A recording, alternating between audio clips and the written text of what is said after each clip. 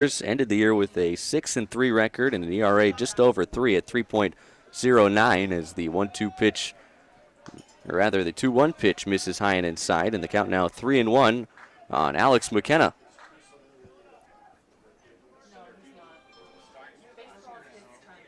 There's the 3-1 pitch on the way, and McKenna swinging away, fouls it back and out of play behind the screen. So the count now full on the Mustang sophomore center fielder with Josh George in the on-deck circle.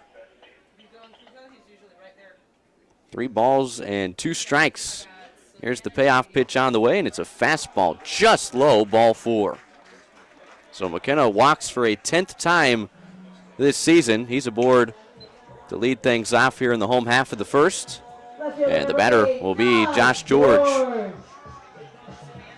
George got off to a great start in this 12-game homestand, but has slowed down a bit in the last few games, hitting .250 on the year. Still the team leader in RBIs with 14. No homers for the junior left fielder who bats from the left-hand side. So immediately one batter into the game. Burkhamper has to pitch out of the stretch. McKenna always a threat to run, takes off. George swinging away at the first pitch and rolls it over to second base. Schleppenbach over to first, and that'll be out number 1. But it works like a sacrifice as McKenna makes it safely to second. 1 down here in the bottom of the first, and Nick Meyer, the sophomore catcher, will be the batter. Burkhamper, as a senior at Muscatine High School in Muscatine, Iowa, was a 20th round draft selection back in 2013 of the Boston Red Sox, but forewent that opportunity to go pro out of high school to come play his college baseball under Darren Erstad in the Big Ten Conference at Nebraska as he starts Meyer with a breaking ball, and it's a good one. Supposed to be his best pitch, and it's on the inside corner. 0-1. Meyer picked up a hit last night. Now at .263 on the year, a homer and 13 RBIs for the Mustang catcher. 0-1 the count. McKenna a short lead over at second. The 0-1 pitch on the way, runs inside and nearly got a piece of Meyer. 1-1 the count. Meyer was hit by a pitch for a second time in 2017 last night.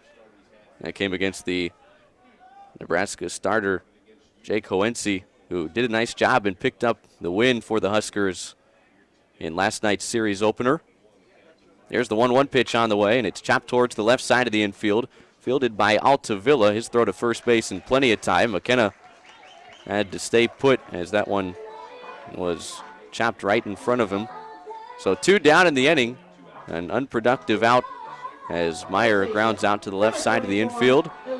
And it'll be up to Elijah Skips hitting cleanup this afternoon for the Mustangs. He had been hitting towards the bottom of the order over the last couple weeks. He was the Mustangs' opening day cleanup hitter, but struggled at the plate through the first few weeks of the season. Larry Lee elected to move him down, but Skips has been swinging the bat better as of late. A couple hits for him last night, and here he is back in the cleanup spot this afternoon for Cal Poly. It's the first one from the right-hander. Burkhamper is in there for strike 1.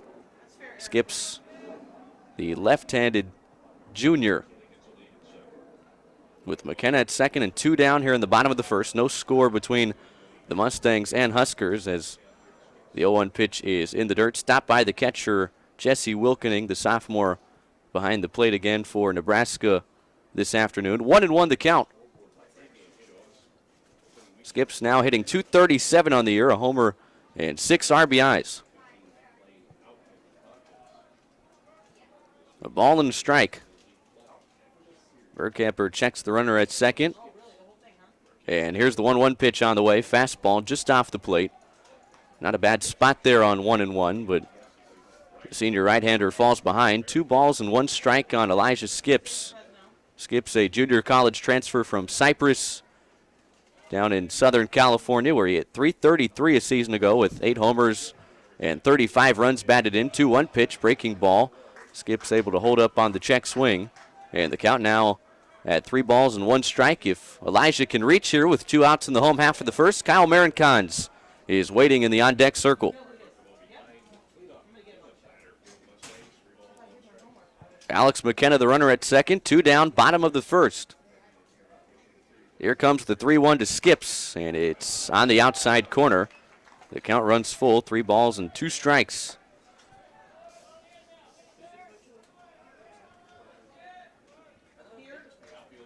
Skips does have a tendency to strike out from time to time. Team leader with 18 strikeouts this season. Here's the payoff pitch on the way, and it's lifted in the air out towards right field. Hit well, going back is Haggy near the warning track. That one's off the wall. McKenna is going to score from second. Skips on his way to second with a 2-out RBI double. The Mustangs strike first. It's 1-0 Cal Poly. Now Skips back in the cleanup spot this afternoon, showing off his power. That one off the wall in right field. And McKenna with plenty of speed, able to score easily from second base. RBI number 7 for Elijah Skips here in 2017. And his third double as a Mustang. He stands at second, 2 down, 1-0 Mustangs. Bottom of the first inning, Kyle Marincon steps in. Another batter from the left-hand side, and the first one from Burkamper misses high for ball 1. Marincon's the sophomore, hitting .221 on the year, no homers, 11 RBIs. Skips a pretty good lead at second. The 1-0 pitch on the way is on the outside corner, 1-1. Hal Simons behind the plate for this afternoon's contest. Scott Jones, the first base umpire. Dwayne Finley, who was behind the plate calling balls and strikes last night. He's your third base umpire this afternoon. Here comes the 1-1 pitch to Marincons, and it's high. Ball 2. 2-1 the count. So Burkamper, who walked Alex McKenna to begin the bottom half of the first inning, has struggled with his command a bit. Fell behind on Skips, who doubled in the game's first run, and now he's behind on Marincons. 2-1 the count. And now the right-hander steps off.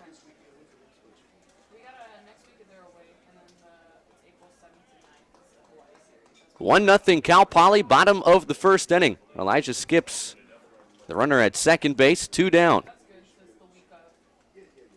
Here's the 2-1 pitch on Marincons, and it's rolled towards second. This should be the inning. Schleppenbach throws over to Miller.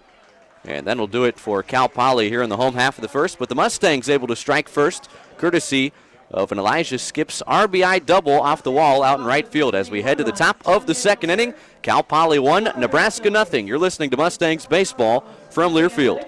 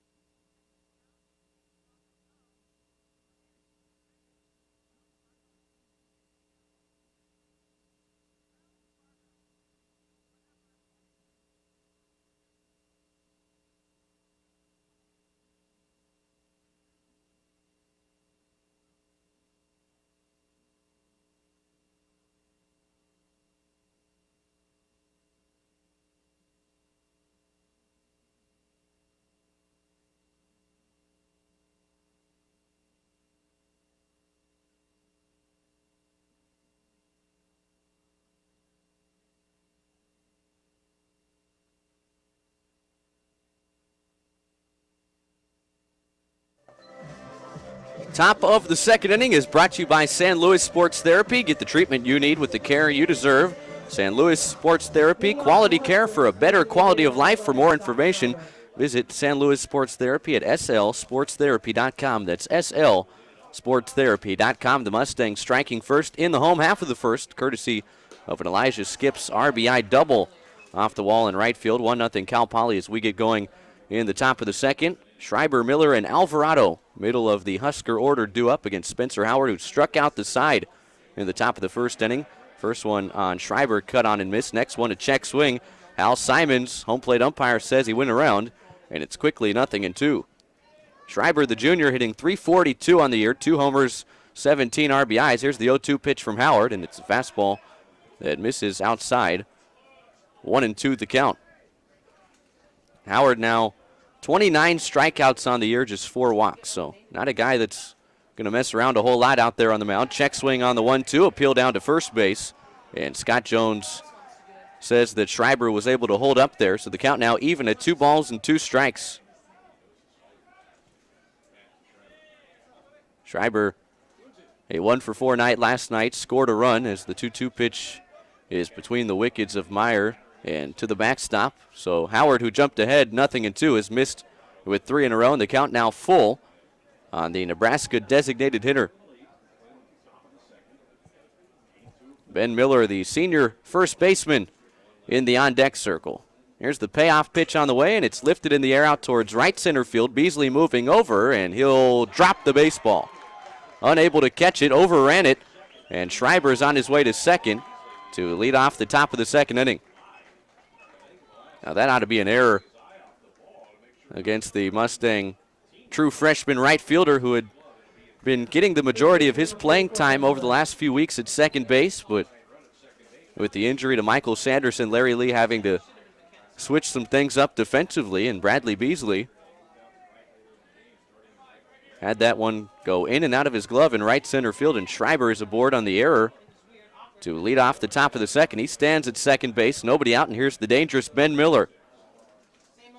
First pitch on the way, on the inside corner for strike 1. Miller hit the ball hard a couple times last night.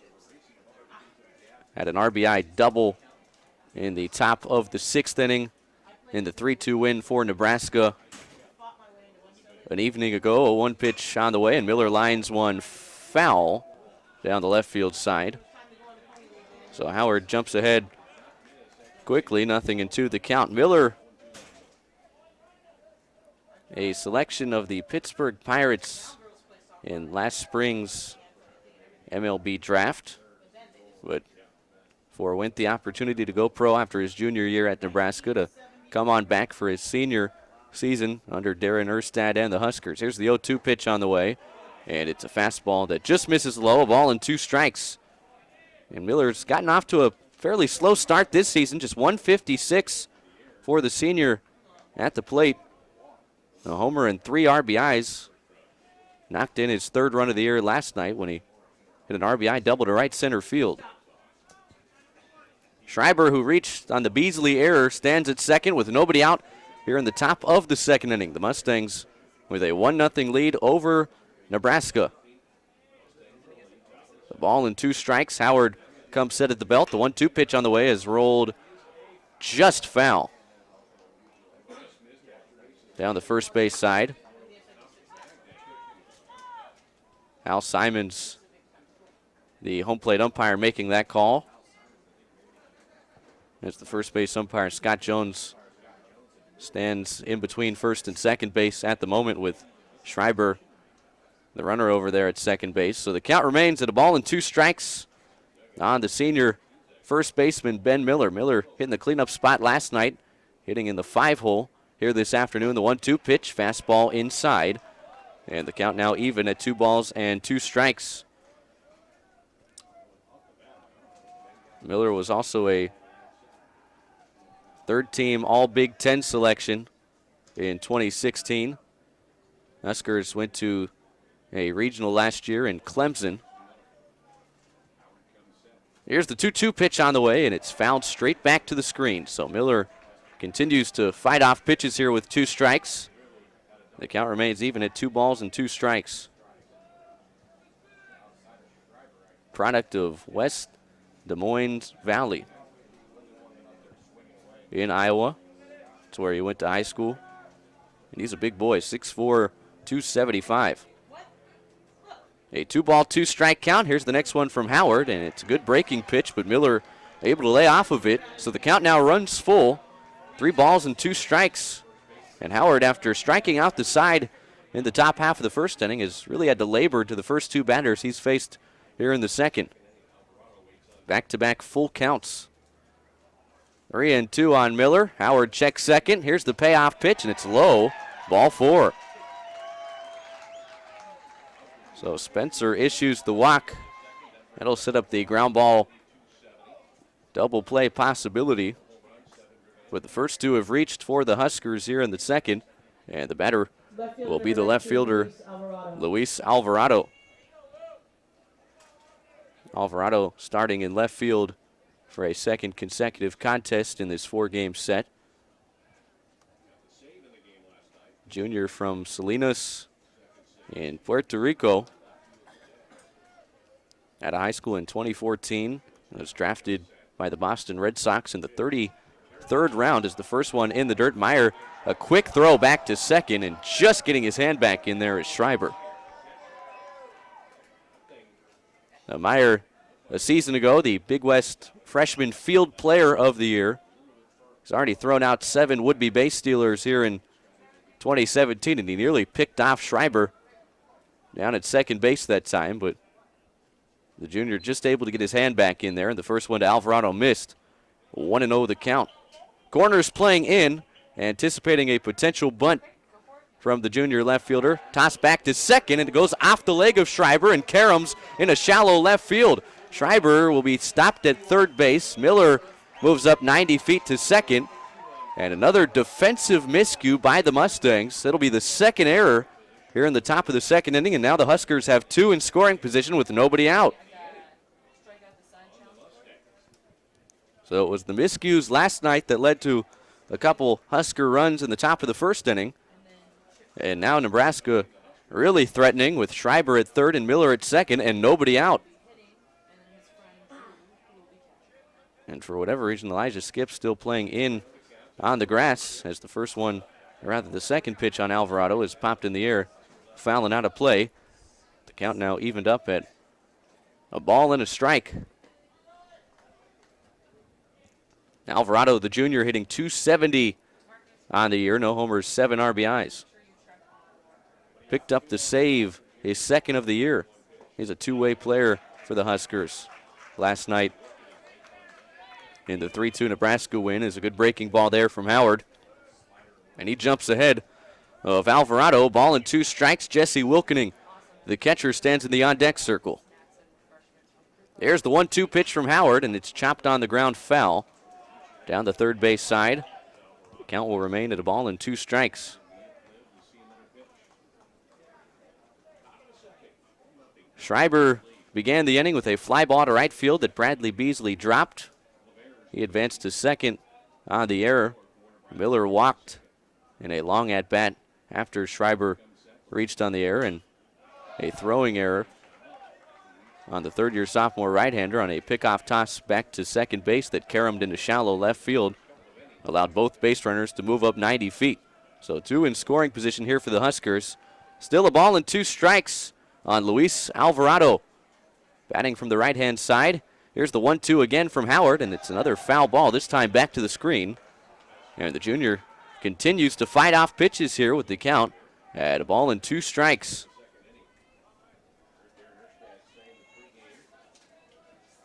A smooth 1-2-3.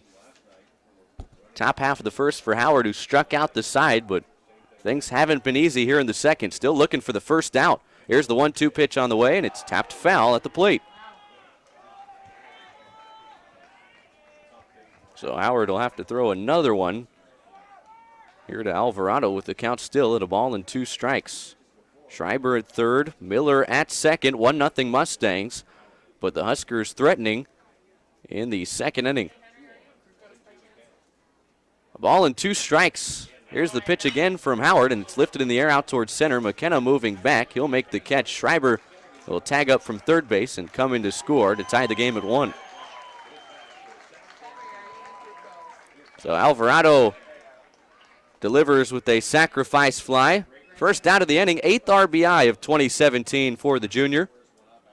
Miller stays put at second base, 1 down in the inning, but we're all tied at 1 between the Huskers and Mustangs. And here's the catcher, Jesse Wilkening. And that'll be obviously an unearned run charged to Spencer Howard. As for a second time already this afternoon, Hal Simons, the home plate umpire, asking that the Huskers stay in that first base dugout. A much larger roster that Nebraska has brought to San Luis Obispo than the Mustangs have here in 2017. Is the first one to Wilkening is a breaking ball that catches the outside corner. 0-1 the count.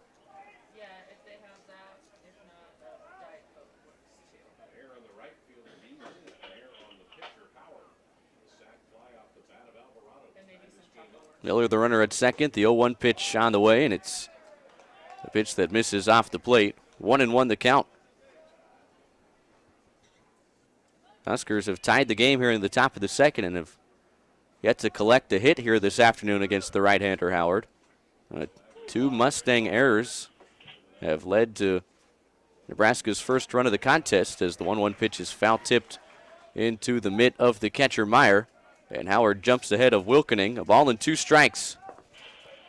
Wilkening, the sophomore, hitting .277 on the year. This is his 14th start of 2017. No homers, 4 RBIs. Right-hander against right-hander. 1-2 the count.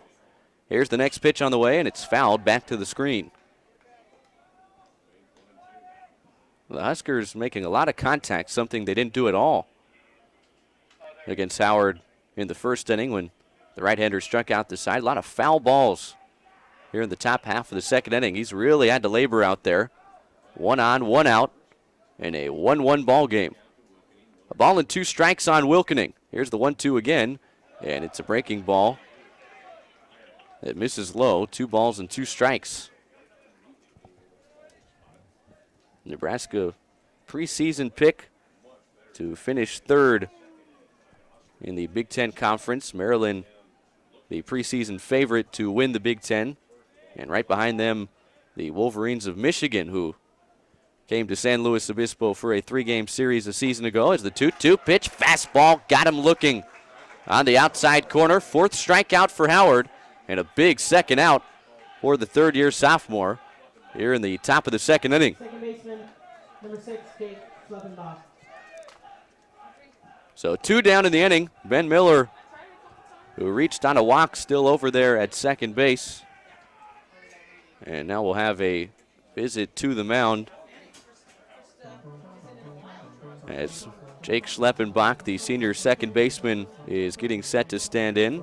We'd like to remind folks that Coors Light is a proud sponsor of Mustang Athletics. The bigger the mountain, the better the reward. Whatever your mountain climb on, Coors Brewing Company, Golden, Colorado, great beer, great responsibility. Game 2 of a 4-game non-conference series here this weekend in San Luis Obispo. The original start time in this one was slated for 6 p.m. local time, but the clouds are starting to roll in. Rain expected to begin anywhere from 5 to 5:30 here this afternoon. And obviously the Huskers, their final trip to the western part of the United States in 2017, it'd be awfully tough to make up a rainout with the Huskers getting set to fly back to Nebraska on Sunday morning out of Los Angeles. So a wise idea to move up the start time 4 hours in this one, and we'll have a doubleheader for you tomorrow with the first game beginning at 1 p.m.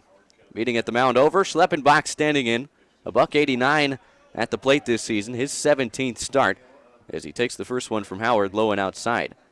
Schleppenbach batting from the left-hand side, no homers, 6 RBIs. Spent his first 2 years of college baseball at the JUCO level, Hutchinson Community College in Kansas.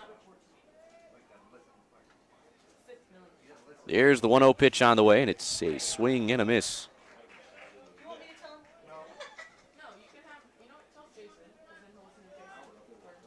Count even, 1 ball and 1 strike, all tied at 1 between the Huskers and the Mustangs here in the top of the second inning. Ben Miller, the senior, with a short lead at second base. Here's the 1-1 from Howard, and it's a pitch that misses inside. 2 balls and 1 strike. Mustangs scoring their run in the home half of the first, courtesy of an Elijah Skips RBI double off the wall in right field, and Nebraska, thanks to a couple Cal Poly errors, able to scratch across the first run of the afternoon, thanks to a Luis Alvarado RBI sac fly to center field. There's the 2-1 from Howard, and it's cut on and missed. 2 balls and 2 strikes. When Cal Poly comes to bat in the bottom half of the inning, it'll be 6, 7, and 8 for the Mustangs. Bradley Beasley, Scott Ogren, and Brett Binning. 2 freshmen and the senior Binning. There's the 2-2 from Howard, breaking ball that missed high and outside, so the count now runs full. 3 balls and 2 strikes on Schleppenbach with Alex Rayburn, the senior third baseman, waiting in the on-deck circle. It's been a long top half of the second inning. Howard trying to get through it with the game tied at 1 as the 3-2 pitch is blooped out towards shallow left field. George positioned perfectly towards the line will make the catch, and that will end the inning. But the Huskers do get one, courtesy of a couple Mustang errors and the RBI sac fly off the bat of Luis Alvarado. And as we head to the bottom of the second inning, we're all tied at 1. You're listening to Mustangs Baseball from Learfield.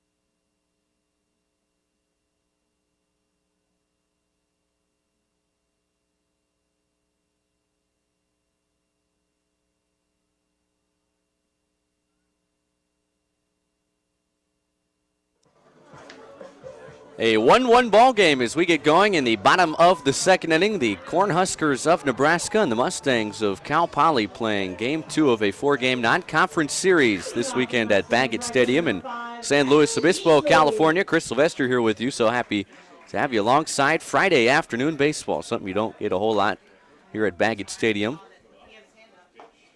As the true freshman from San Leandro, California, just outside of Oakland, Bradley Beasley, the Mustang right fielder who committed a costly error leading to Nebraska's first run of the game in the top half of the inning, stands in. First one missed low, the next one misses low and inside. 2 balls and no strikes to the count.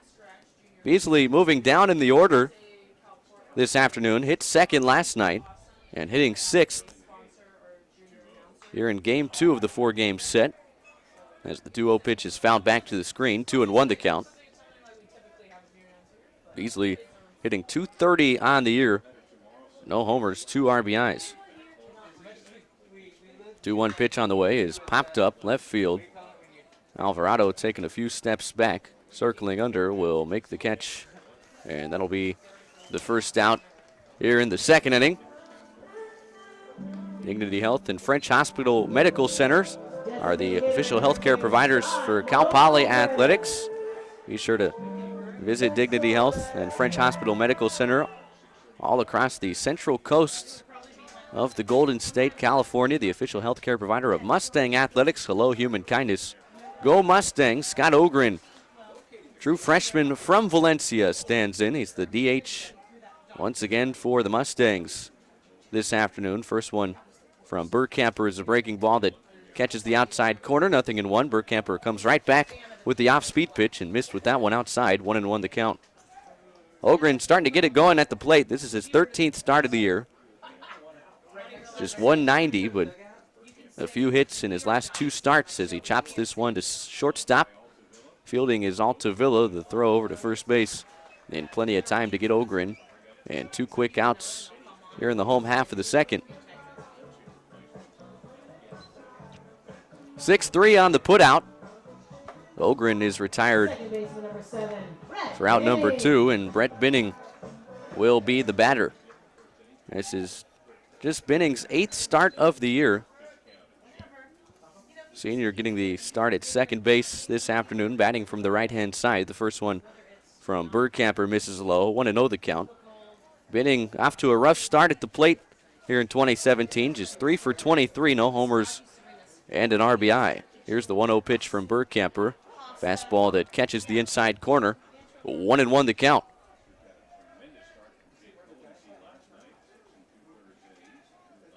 Binning from Danville, California. up north as the 1-1 pitch is waved at and missed. And Burkamper jumps ahead in the count.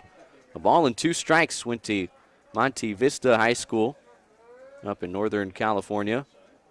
And out of high school, went to Auburn and played in the SEC as a true freshman as he lines one into left field. It'll drop in front of Alvarado for a 2-out base hit.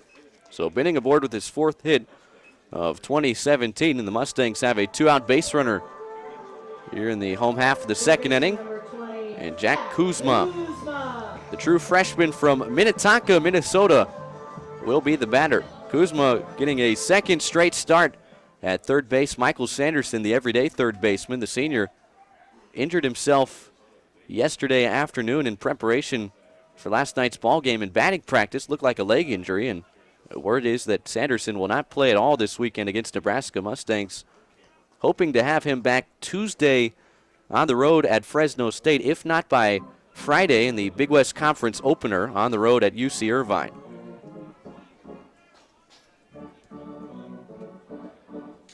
The ball and no strikes on Kuzma, who is 2 for 12 at the plate this season. This is his 5th start of his true freshman campaign. 1-0 pitch, fastball, outside corner, 1-1.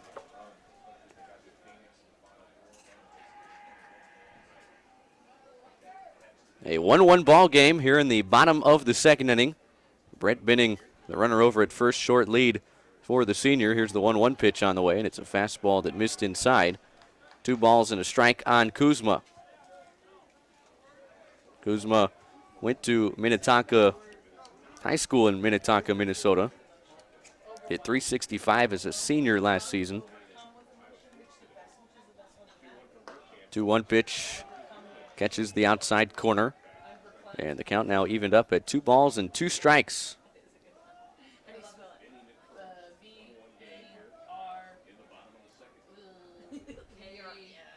A 2-2 count on the Mustang third baseman, Jack Kuzma. Here's the 2-2 pitch on the way, and it's a breaking ball, waved at and missed. Strike 3, the inning is over. A 2-out base hit off the bat of Brett Binning, but that's all for the Mustangs here in the home half of the 2nd. Top of the 3rd is next, still tied at 1 between Nebraska and Cal Poly. You're listening to Mustangs Baseball from Learfield.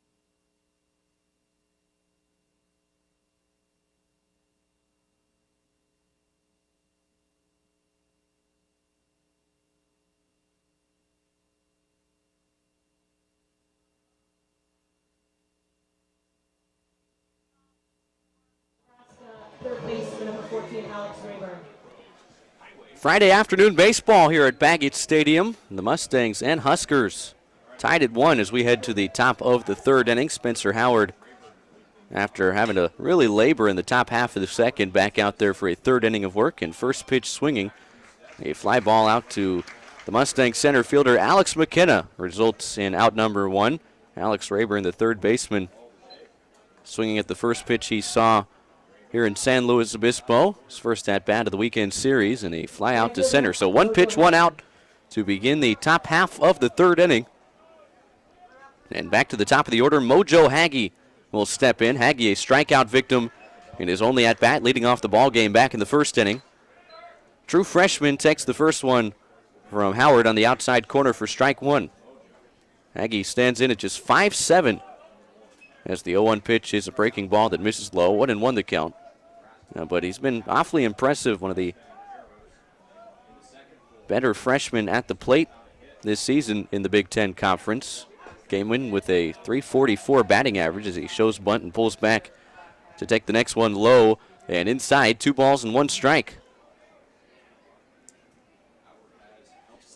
2-1 pitch on the way, and it's blooped out towards shallow left center field. George and McKenna both moving over. Boy, that one carried. It's all the way out to the warning track in left center field. McKenna has to field it on a hop, but not before Hagge is standing at second base with the Huskers' first hit of the afternoon. It's a 1-out double here in the top of the third. Now you see the field dimensions here at Baggett Stadium. 335 down the left field side, 335 down the right field side, 385 to the power alleys out in right and left center field, and then 405 to dead center. You think it's a fairly big ballpark, but Baggett Stadium in its 17th season hosting Mustang baseball, it has been known as a hitter's yard, and that one off the bat looked like it was going to be a blooper out to medium left center field, but it just kept carrying, and the ball, as it does most places, most venues, carries a lot better in the day. And that one landed near the warning track out in left center field where McKenna fielded it on a hop. So Hagge is aboard with a 1-out double. Here's Angelo Altavilla, who was a strikeout victim his first time up. First pitch swinging, he fouled it back and out of play. 0-1 the count. Here's the 0-1 pitch on the way. Breaking ball inside corner. Quickly 0-2.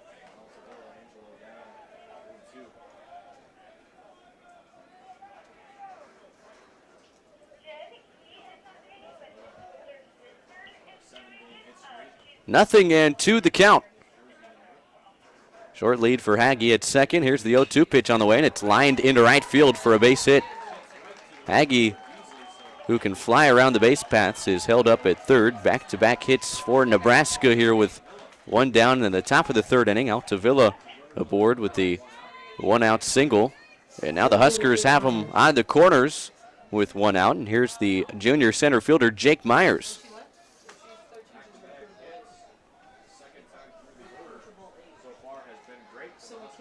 So second time through the order, Howard has given up back-to-back base hits to the top 2 hitters in the Husker batting order. Hagge the double to left center, and now Altavilla the single to right field. A 1-1 ball game here in the top of the third. Huskers threatening. Right-hander against right-hander. First one to Myers on the outside corner, 0-1.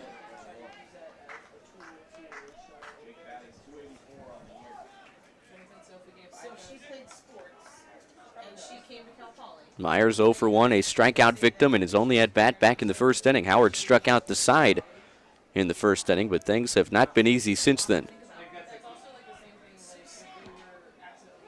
Here comes the 0-1 pitch. Fastball off the plate.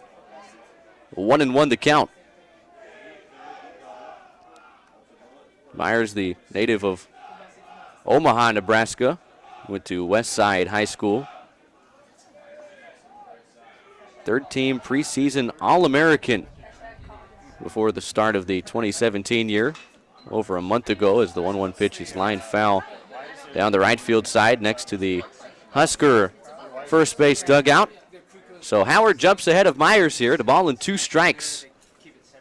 Hagge, who doubled with 1 out, stands at third. Altavilla, who just singled to right field, stands at first base with 1 out and a 1-1 tie. Top of the third inning. The ball in 2 strikes. And now Howard will step off. Time called by the Mustang catcher, Jake Meyer. Excuse me, Nick Meyer. Myers at the plate. Nick Meyer behind the dish. It's a Meyer on Myers crime. Here's the 1-2 pitch on the way, and it's lined foul and out of play.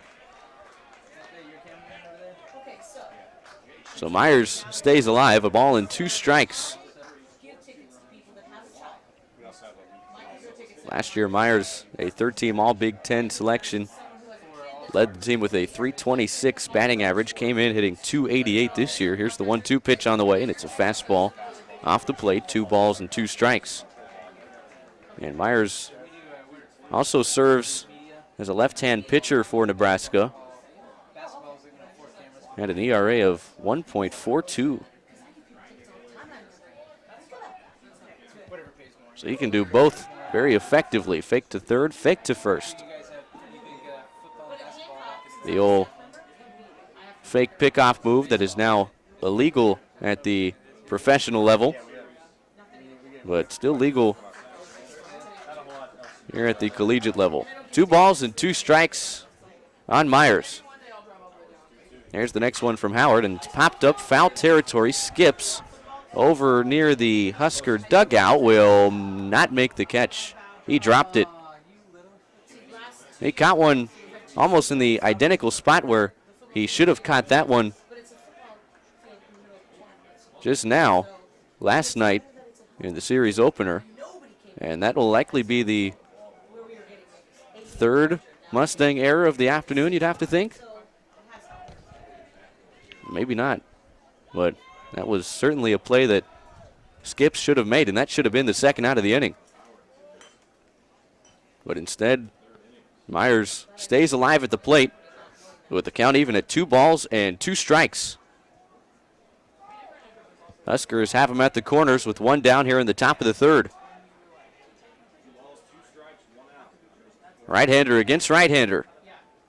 Here's the 2-2 pitch on the way, and it's a fastball just low. Not a bad spot by any means on 2-2. Certainly was on the inside corner, but a bit low. And now the count full. See if Altavilla, who's 2 for 3 in stolen base attempts in 2017, is on the move with the pitch. He does run, and the 3-2 pitch is fouled back to the screen. So Myers continues to battle here with the count full at 3 balls and 2 strikes. We've seen some long at-bats from these Husker hitters against Spencer Howard this afternoon, especially in the last 2 innings. A lot of foul balls. We have a promotion here at Baggett Stadium where if you return a foul ball that gets into the stands to the press box, you get a free certificate to get a free burger from a local spot around here. 3-2 the count. Altavilla takes off again. The 3-2 pitch lifted out towards center field. McKenna taking a few steps back is going to make the catch. That'll be plenty deep to get Hagge home from third base. And Nebraska has their first lead of the afternoon. It's 2-1 Cornhuskers. So Myers delivers with the RBI sacrifice fly to center field, his 6th RBI of 2017. Altavilla, who was running on the pitch, had to retreat back to first base. But the Huskers, for a 2nd consecutive inning, score on a sacrifice fly and have their first lead of the afternoon, 2-1 Nebraska. 2 down, Altavilla at first base, and here's the cleanup hitter, Scott Schreiber. Schreiber 0 for 1, reached on an error, came around to score last inning. Serving as the DH this afternoon, pitch out, back pick to first base, and diving back in there safely is Altavilla. 1-0 the count. When Cal Poly comes to bat in the bottom half of the inning, top 3rd of the Mustang order due up, McKenna, George, and Meyer. Right-hander against right-hander. 1-0 pitch catches the outside corner. Fastball that time from Howard. And the count now even at 1 ball and 1 strike. As once again, Al Simons, the home plate umpire, is telling Darren Erstad to stay in the dugout in between pitches. It's about the 3rd or 4th time that Simons has signaled over to the Husker first base dugout. It is a large roster, like we mentioned, as the 1-1 pitch is a fastball that misses off the plate. And Howard falls behind here on Schreiber. 2 balls and 1 strike.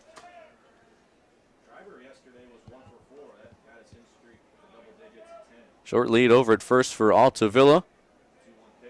He bluffs as if he's going to run and retreats back to first as the 2-1 pitch is on the outside corner. So the count now evened up. 2 balls and 2 strikes on the junior Scott Schreiber. Team leader in home runs with 2. Team leader in runs batted in with 17. Here's the 2-2 pitch on the way, and it's popped up foul territory. This one will get back and out of play. Boy, hopefully these Husker hitters are getting all the foul balls out of their system here this afternoon, because tomorrow, as we play our doubleheader here at Baggett Stadium, there is a Cal Poly softball doubleheader directly across the way at Bob Jansen Field that begins at 1 p.m. Here's the 2-2 pitch on the way, and it's a fastball. Struck him out swinging. 5th strikeout for Howard. But Nebraska able to take the lead courtesy of a Jake Myers RBI sacrifice fly here in the top of the 3rd. Bottom half of the inning upcoming. The Huskers with the 2-1 lead over the Mustangs. You're listening to Mustangs baseball from Learfield.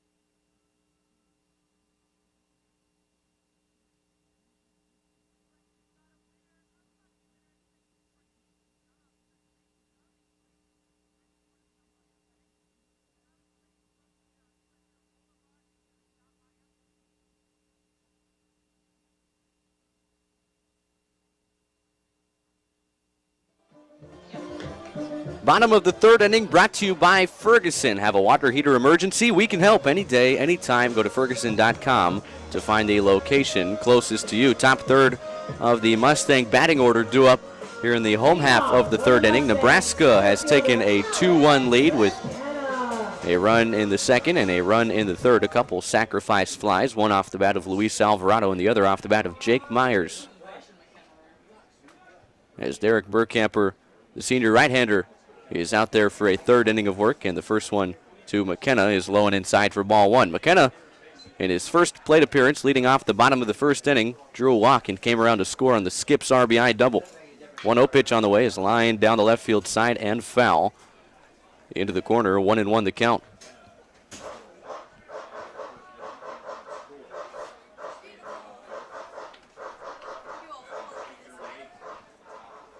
The ball and a strike on the Mustang sophomore center fielder. With the bases empty and nobody out in the bottom of the 3rd. 1-1 pitch is a fastball that misses upstairs. 2 balls and 1 strike.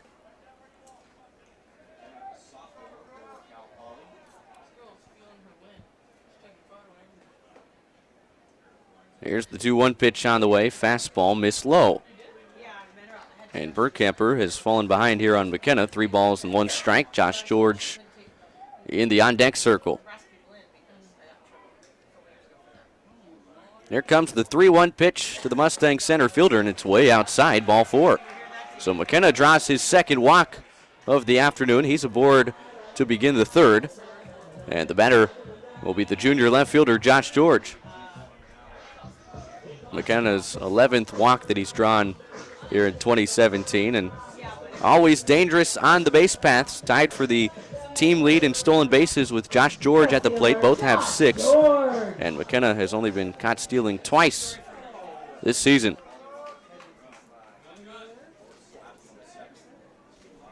So just as he did in the 1st, McKenna begins the inning with a walk. He takes off. First pitch to George, almost identical to the 1st inning. He chops it to 2nd, throw to first base just in time. Now, close play over there at first. A slow roller to the 2nd baseman, Schleppenbach. And the throw to the bag at first base, just able to beat George, who runs pretty well down the first base line. But it works like a sacrifice, just as it did back in the 1st inning, as McKenna winds up at 2nd base with 1 down here in the 3rd. And Nick Meyer will be the batter. Meyer 0 for 1 this afternoon, grounded out to shortstop, and is only at bat back in the 1st inning.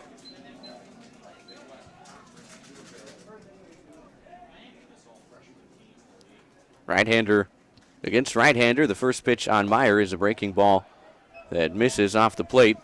1-0 the count.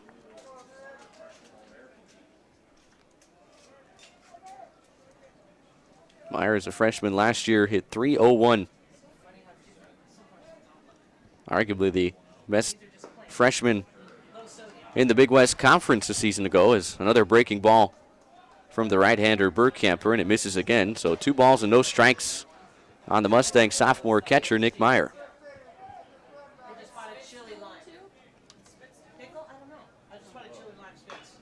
2-0 pitch, chopped foul over the Mustang third base dugout.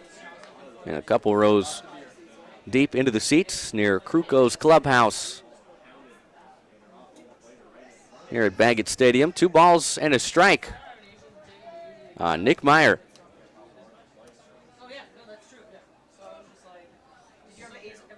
McKenna, the runner at second. Here's the 2-1 pitch, and it's grounded foul down the third base side. So the count now evened up. 2 balls and 2 strikes. 2-1 Nebraska with 1 down, and Alex McKenna at second base in the bottom of the third inning.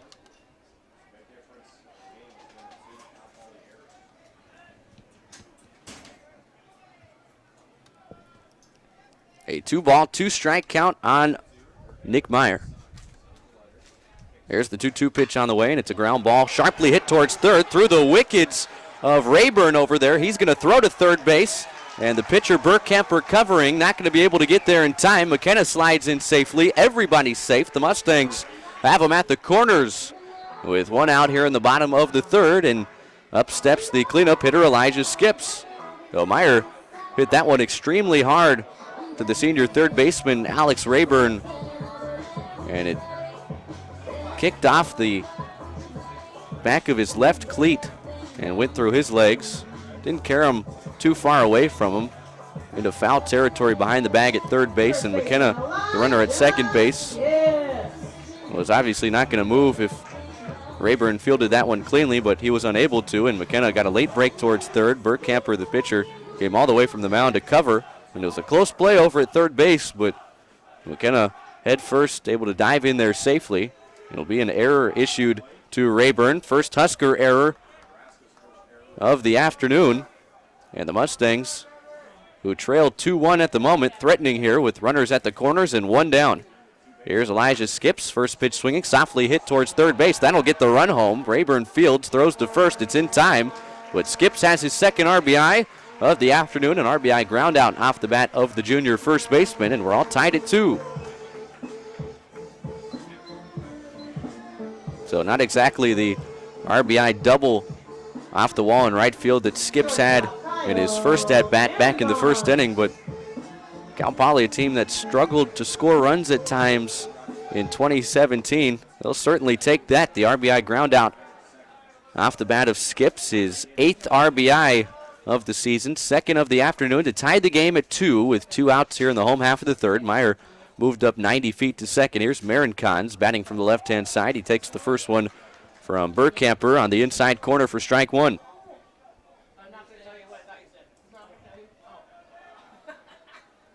Marincons 0 for 1. Grounded out to second base in his first and only at-bat of the afternoon as he takes the fastball from the senior right-hander Burkamper low. 1-1 the count.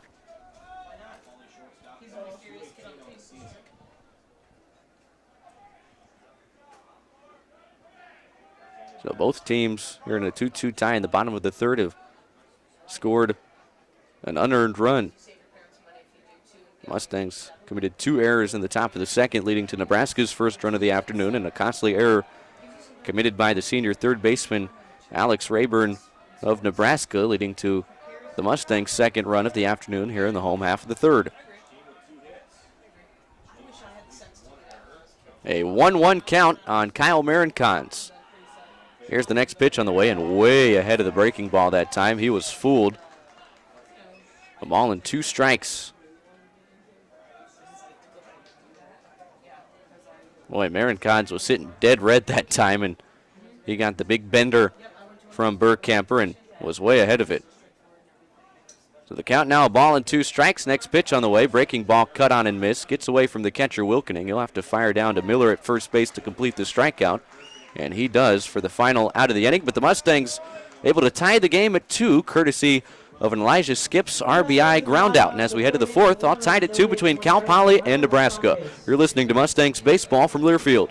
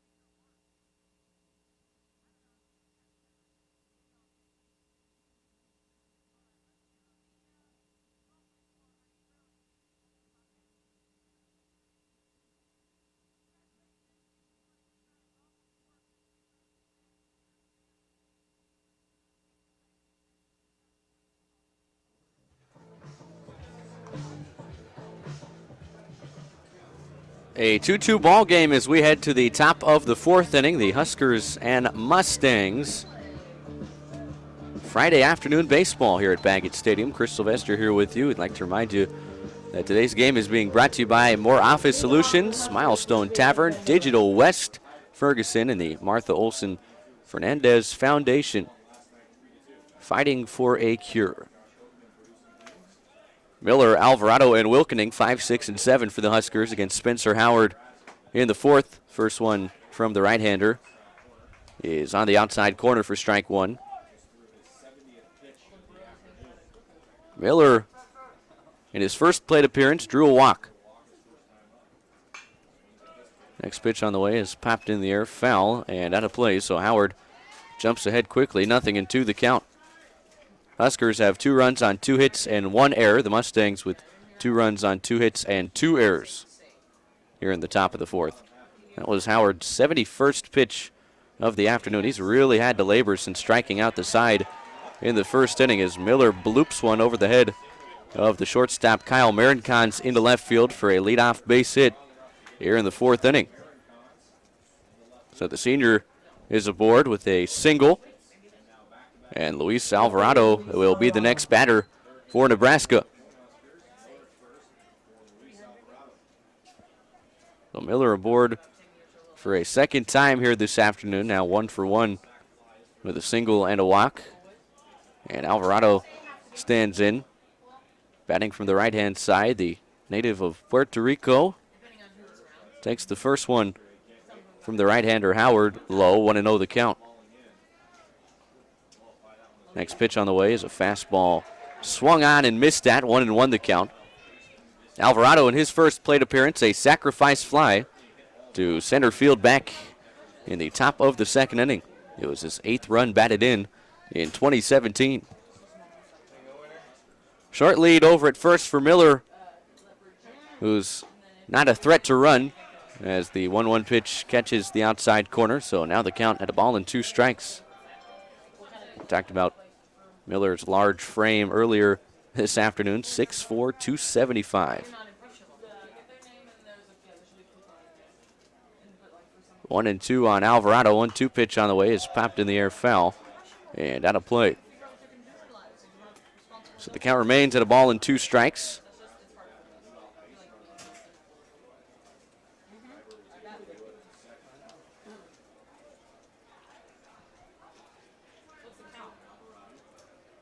Nobody out here in the top of the fourth inning. Ben Miller stands over at first base as Alvarado stays alive and fouls one back to the screen. A ball and 2 strikes went to the Puerto Rico Baseball Academy before coming to Nebraska in 2014.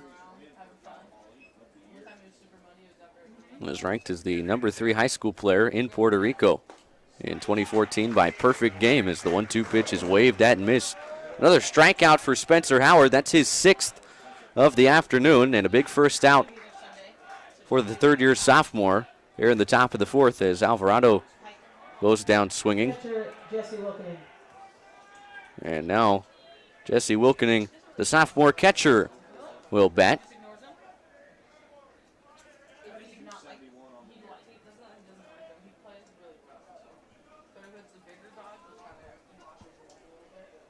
Wilkening 0 for 1 this afternoon, a strikeout victim in his only at-bat. His first pitch swinging, he pops it up, skips near the first base dugout. I'll watch that one land off the top of the dugout and carry him back into the playing field. 0-1 the count.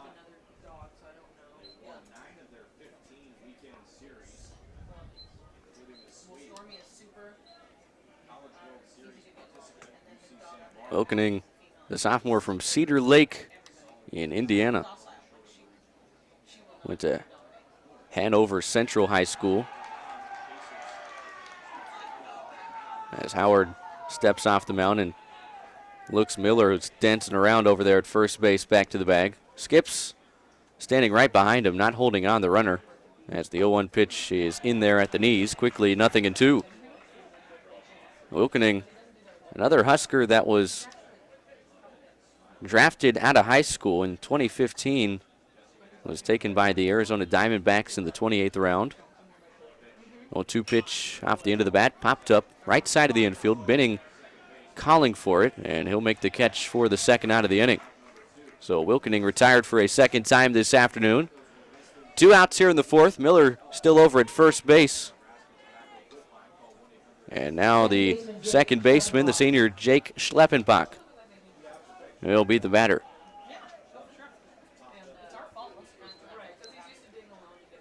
Schleppenbach 0 for 1. Popped out his only time up. Batting from the left-hand side, the first one from Howard misses low. 1-0 the count. The senior from Lincoln, Nebraska, where the University of Nebraska is located, and the Mustangs will pay a visit to Nebraska next season at the beginning of March as the 1-0 pitch is fouled back and out of play. 1-1 the count. An academic All-Big Ten selection a season ago. Playing in his third year at the Division I level for Nebraska after spending his freshman season at Hutchinson Community College, where he thrived, hitting .388 with 9 homers and 57 RBIs as he takes the next one from Howard off the plate. So the count now 2-1.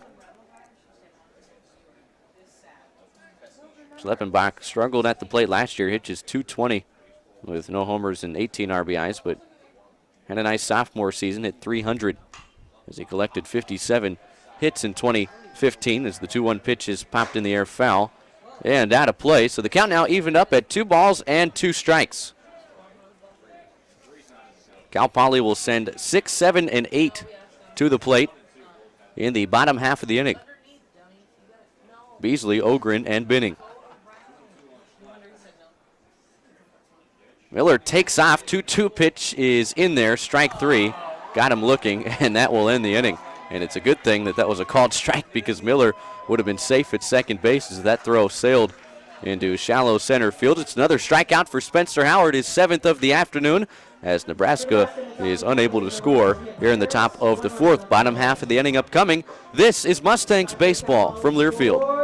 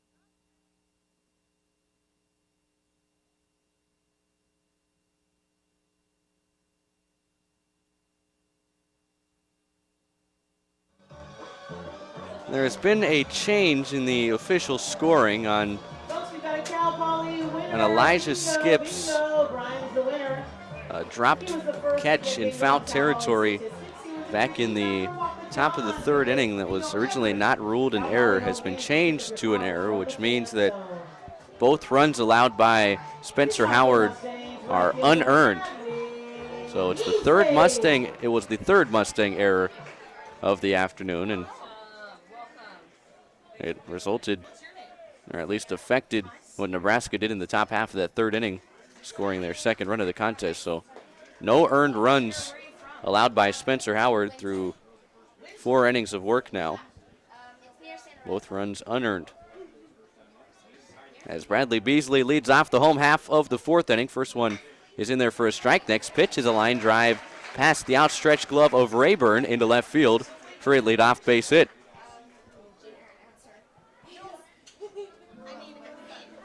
So Beasley aboard with his first base knock of the series.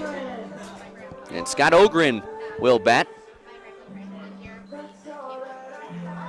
In the bottom of the 5th inning, we'll hear from longtime Cal Poly PA announcer CJ Silas, who also has a show on our flagship radio station, AM 1280, ESPN The Ticket. And she'll join me to talk Mustang baseball and Cal Poly athletics. She's a big name in sports here along the Central Coast, has done play-by-play for Allen Hancock Junior College down in Santa Maria for a number of years. First one to Ogren in there for a strike. Next pitch misses low, and the count even at 1-1. Ogren, the true freshman from Valencia, is 0 for 1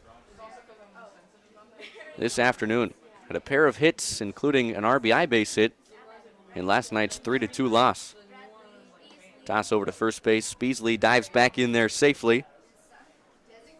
Beasley a threat to run. 2 stolen bases for the true freshman this season. He's only been caught once. Medium-sized lead over at first base. He does not take off as the 1-1 pitch is waved at and missed. And the count now at a ball and 2 strikes. All tied at 2 here in the home half of the 4th. Nebraska scoring runs in the top of the 2nd and top of the 3rd. The Mustangs scoring runs in the bottom of the 1st and the bottom of the 3rd as the 1-2 pitch is popped up. Foul territory. Miller will give it a look, but it's about 3 rows deep into the stands behind the Husker first base dugout. And the count remains at a ball and 2 strikes. Fair amount of Nebraska fans here in attendance this afternoon. San Luis Obispo about halfway in between Los Angeles and San Francisco, and Nebraska has a lot of alumnus in those 2 areas, so I'm sure a lot of them traveling either north or south for this 3-game set as it's a line drive to right field. Beasley got all the way about 3/4 of the way between first and second base, and the catch was made by Hagee. Throw back to first, not in time. So Beasley remains at first base. First out of the inning is Ogren is now 0 for 2 this afternoon. And Brett Binning will be the batter. Binning, the senior from Danville, California.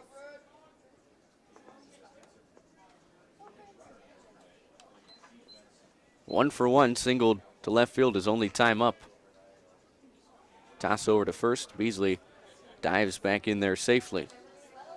Binning a season ago in his first year with the Mustangs, played in 41 games with 30 starts at second base and shortstop. Hit .225 a season ago with no homers and 8 RBIs. Pitch out, back pick to first, and it was a bad throw by the catcher Wilkening, but Miller able to pick that one out of the dirt and save it from going down the right field line. A ball and no strikes on Binning.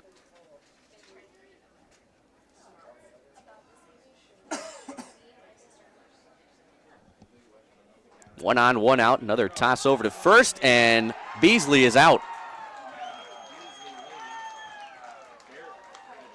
And he's trying to get a big lead over there at first base, and the Huskers had been checking on him frequently since he led off the inning with a single to left field, and Burkamper picks him off. So 2 outs, the base is empty. Here's the 1-0 pitch on Binning, and it's a fastball that runs high and inside. Little chin music there, and the count at 2 balls and no strikes.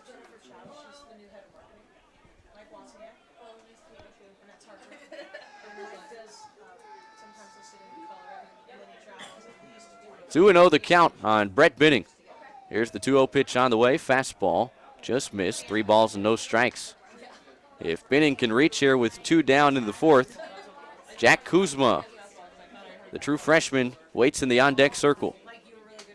There's the 3-0 pitch on the way, and it's a fastball that missed high, ball 4. So Binning is aboard for a second time this afternoon, this time via the base on balls, a 4-pitch walk drawn by the senior. Already the 6th time that Binning has walked this season. The Mustangs have a 2-out base runner, and Jack Kuzma will bat. Kuzma 0 for 1, struck out swinging in his only at bat back in the 2nd inning. Binning has not attempted a stolen base this season. Is a short lead over there at first. First one from Burkhamper is a fastball that catches the outside corner, 0-1. When the Huskers come to bat in the top of the fifth inning, it'll be 9-1-2 for Nebraska. Rayburn, Hagee, and Altavilla as the next pitch from Burkhamper misses. 1-1 the count. Cal Poly and Nebraska tied at 2 here in the bottom of the fourth. Next pitch on the way to Kuzma is chopped foul near the Mustang third base dugout. And Burkhamper jumps ahead of the true freshman at a ball and 2 strikes. Kuzma, after striking out his first time up, now 2 for 13 at the plate this season. His true freshman campaign, right-hander against right-hander. And a toss over to first base. Binning dives back in there safely. Still a ball and 2 strikes.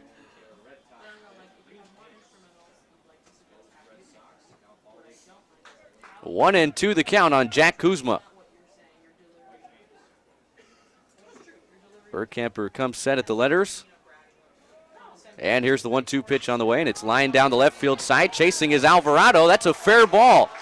It'll 2-hop the wall out there in the corner. Stopping at third base is Binning, and Kuzma extends the inning, a 2-out double off the bat of the true freshman. His first extra base hit as a Mustang, and Cal Poly has 2 in scoring position with 2 down, and Alex McKenna coming to the plate.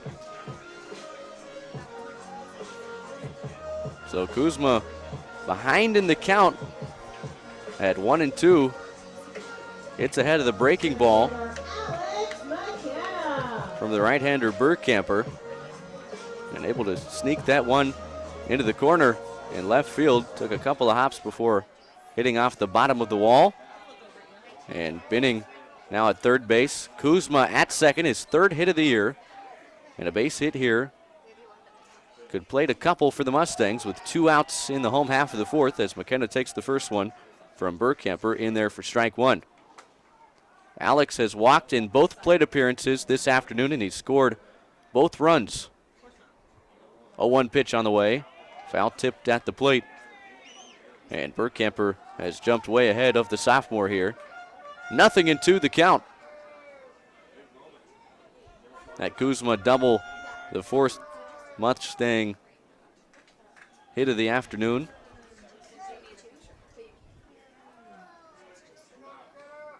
And the second extra base hit.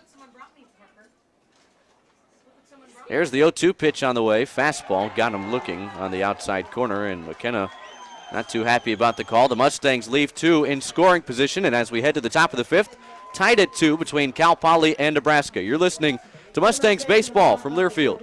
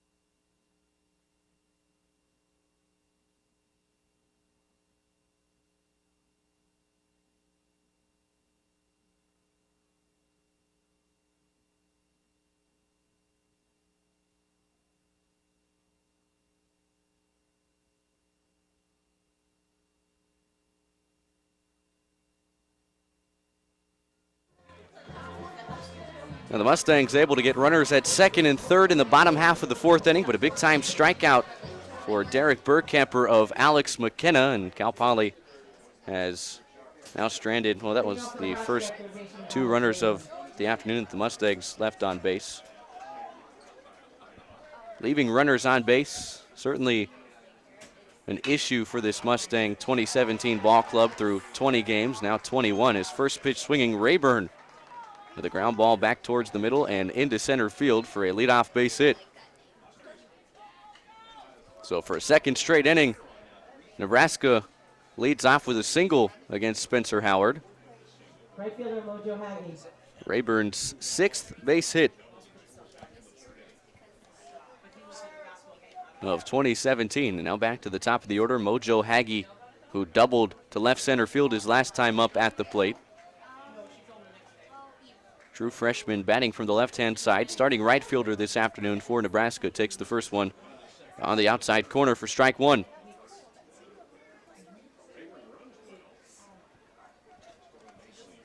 Pretty good lead over at first for Rayburn. 0-1 pitch on the way is chopped softly towards first base. Going to be a tough play. Skips to Howard and just in time. Boy, it looked like Haggy, from my vantage point, beat Howard to the bag that time. With Scott Jones, the first base umpire, on it. And that's out number one here in the top of the fifth. Bang, bang play over at first base. Shortstop Angelo Altavilla. The entire Husker dugout went up in arms once the call was made, but no argument from sixth-year skipper Darren Erstad. He stays put in the Nebraska dugout. Works like a sacrifice as Rayburn advances 90 feet to second. 1 out in the inning. And Angelo Altavilla at the plate. Altavilla 1 for 2, singled his last time up. Takes the first one from Howard on the inside corner for strike one.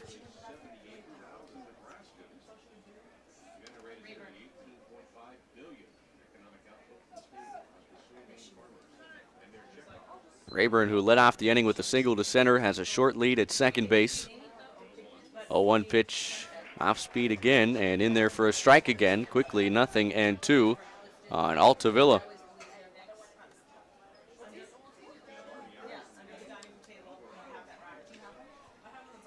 A 2-2 ball game here in the top of the fifth. 0-2 pitch on the way is lifted out towards right center field. McKenna barely has to move to make the catch. And that'll be out number 2. So Altavilla is the second out of the inning. Rayburn stays put at second base. And it'll be up to Jake Myers, the junior center fielder, to extend the inning for the Cornhuskers.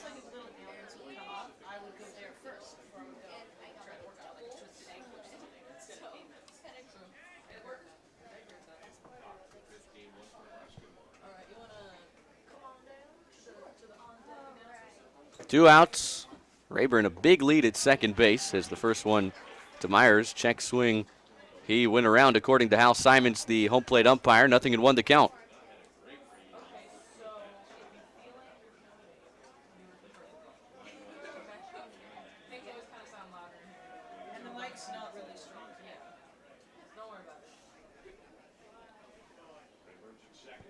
Nothing in, 1 the count. Howard checks Rayburn at second. 0-1 pitch, breaking ball, check swing. They'll peel down to first.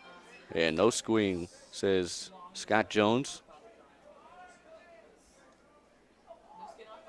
Count evened up at 1 ball and 1 strike. 2 runs, 4 hits, and an error for the Huskers. 2 runs, 4 hits, 3 errors for the Mustangs. 1-1 pitch on the way, and a swing and a miss at the high fastball. Howard leaps ahead in the count, a ball and 2 strikes. 2, 3, and 4 due up for the Mustangs in the bottom half of the inning. George, Meyer, and Skips.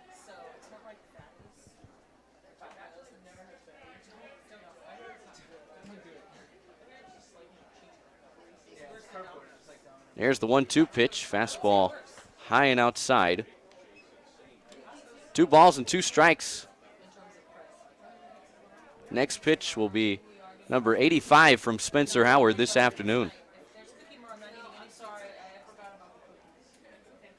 Howard started the season as a middle reliever for the Mustangs, but now the number 2 starter with a few injuries and some inconsistency is on 2-2, a check swing. Scott Jones, the first base umpire, said Myers went around, and it's another strikeout for Spencer Howard. his 8th of the afternoon as the Huskers leave a runner in scoring position. Bottom half of the 5th inning upcoming. Tied at 2 between Nebraska and Cal Poly. You're listening to Mustangs Baseball from Learfield.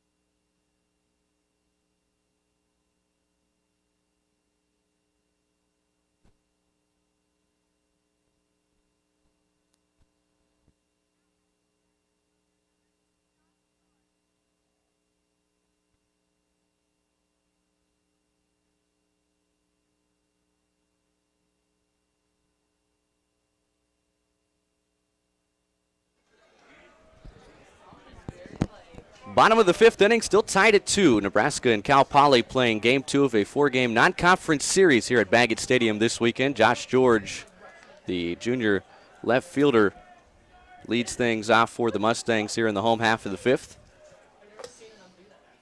As the senior right-hander Derek Burkamper back out there for another inning of work. Next pitch misses outside. Now joined by the voice of Allen Hancock Athletics. She's also the host of the CJ Silas Show and longtime PA announcer here at Baggett Stadium.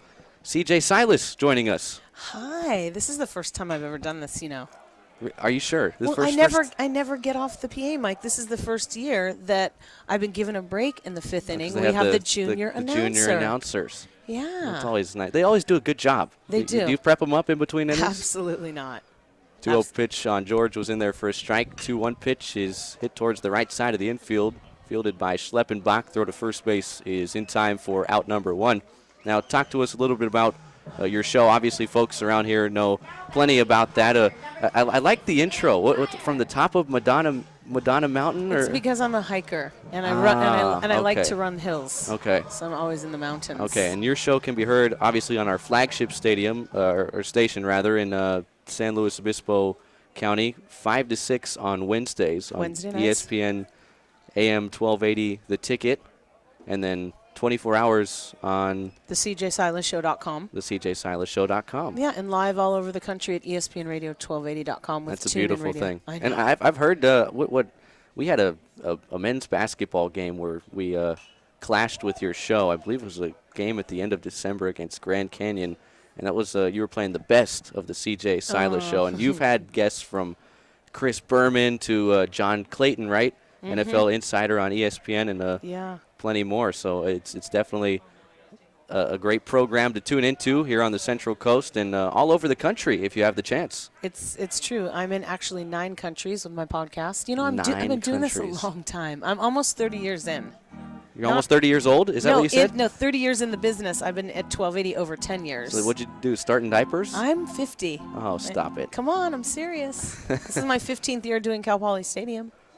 1-2 the count on Nick Meyer. CJ Silas kind enough to join us here in the bottom of the 5th inning, and Meyer chops one foul down the third base side. Meyer reached on an error committed by Rayburn, the third baseman for Nebraska, back in the 3rd inning when Cal Poly scored their 2nd run of the contest. Base is empty, 1 down.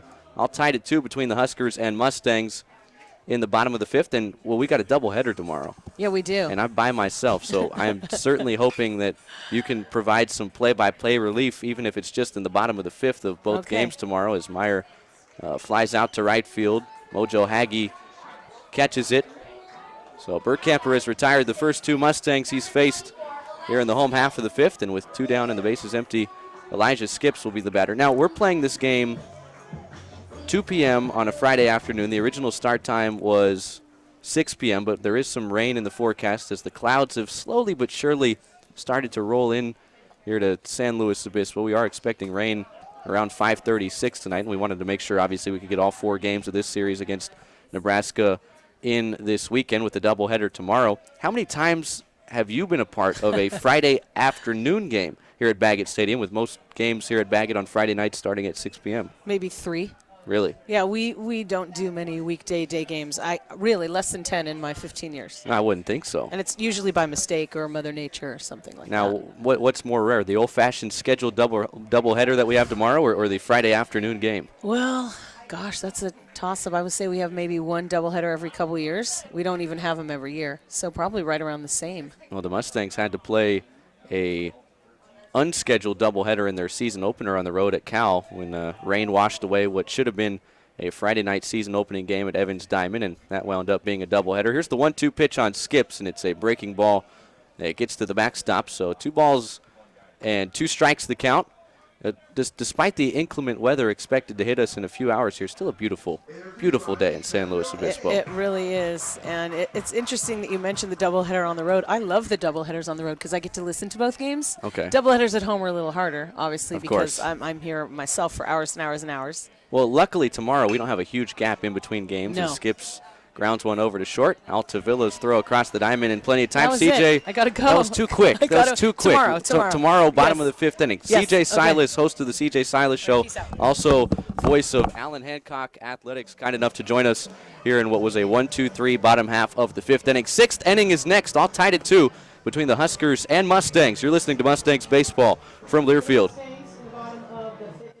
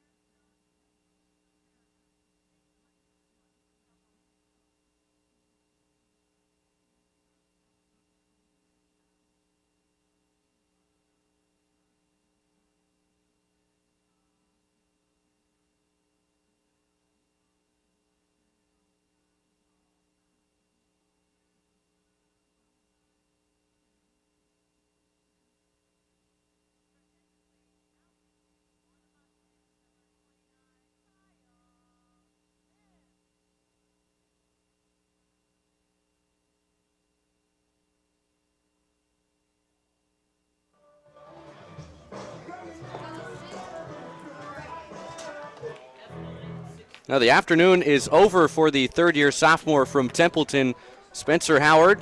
5 innings, 4 hits, 2 runs, both unearned, and racking up the strikeouts once again. 8 strikeouts for Spencer Howard this afternoon, and he walked just 1 batter, but unfortunately will receive a no decision in this one, so able to lower the ERA a bit, but the record will remain at 1-0 for Howard, who threw 87 pitches, and it's Kyle Smith, the southpaw, out of the bullpen for the Mustangs here in the top of the 6th inning.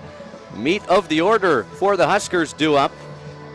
Schreiber, Miller, and Alvarado 4, 5, and 6. Middle of the order for Nebraska here in the top of the 6th inning. Leading off for the Huskers, the DH, Scott Schreiber. And Kyle Smith was Cal Poly's Saturday starter, their number 2 starter coming into the season. But he struggled in his first couple starts at the end of February, and since then Larry Lee has moved him into a middle relief role at the moment. His first pitch swinging, Schreiber pops one up out towards right field. Beasley circling under, and he'll make the catch for out number 1.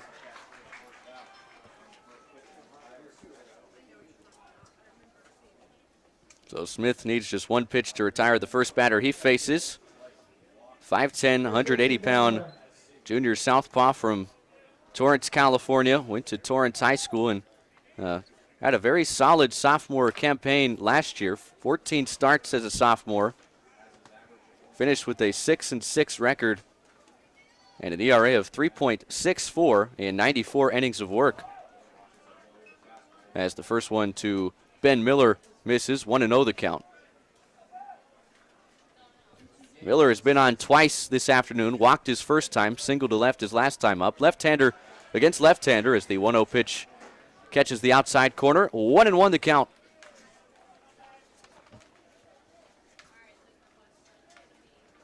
I thought that Smith might be a candidate to start game 2 of the doubleheader tomorrow, but with Spencer's short 5-inning outing here this afternoon, the Mustangs having used 4 pitchers last night, Larry Lee having to go to a guy that can give him a few innings potentially here this afternoon, and Kyle Smith, as he missed on the next one to Miller. And the 2-1 pitch low and outside, so Smith has fallen behind here. 3 balls and 1 strike. Smith hasn't pitched in almost 2 weeks. Started against Gonzaga in a Monday night contest following a 3-game weekend series against LMU here at home, as the 3-1 pitch is on the outside corner, so the count now full.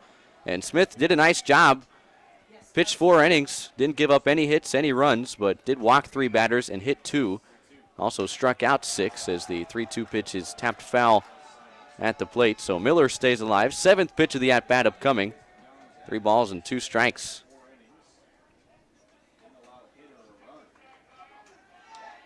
And prior to that appearance against Gonzaga, Smith came out of the bullpen against LMU a couple days prior to that as he strikes out Miller, swinging for the second out of the inning.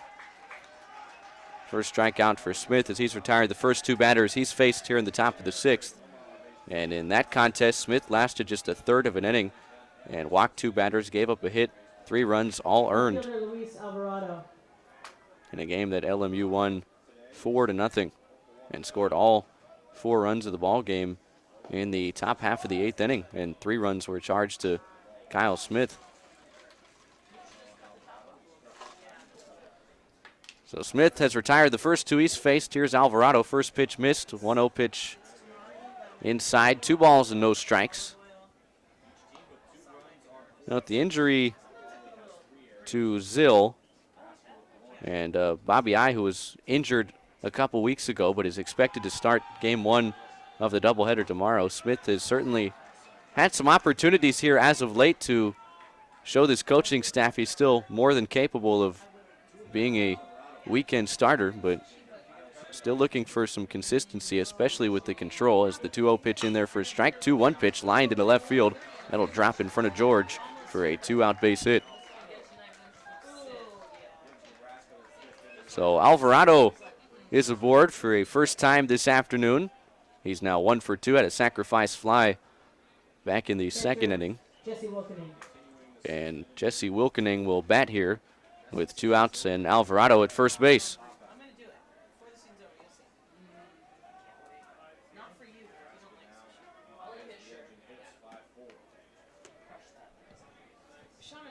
Alvarado with 2 stolen bases on the year, and he is yet to be caught as the first one to Wilkening catches the inside corner for strike 1. Wilkening 0 for 2, struck out his first time up. Both of those at-bats came against the Mustang starter, Spencer Howard. Here's the 0-1 pitch on the way in the dirt. Nice stop by the catcher, Meyer. And the count now even at 1-1. Cal Poly will send up Beasley, Ogren, and Binning. Marin Cons, Beasley, and Ogren in the bottom of the 6th inning.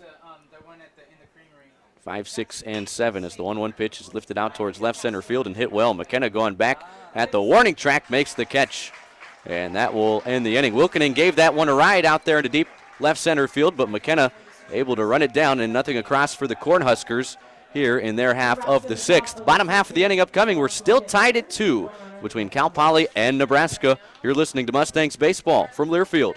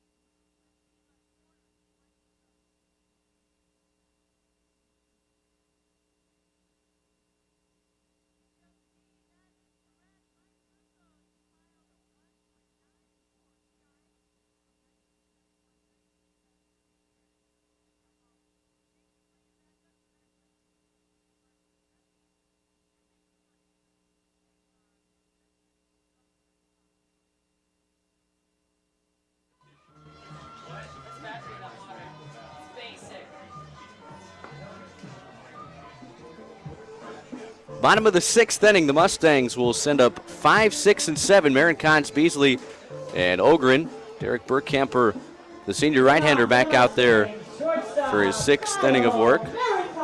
And he's done a nice job here this afternoon. 5 innings, 4 hits, 2 runs, only 1 was earned. 3 strikeouts and 3 walks. In his 5th start of the season, came in with a 1-2 record and an ERA just under 4 at 3.78 as Marin Cons takes the first one high and outside for a ball. Kyle 0 for 2 with a strikeout this afternoon. 1-0 pitch. Fastball off the plate. 2 balls and no strikes.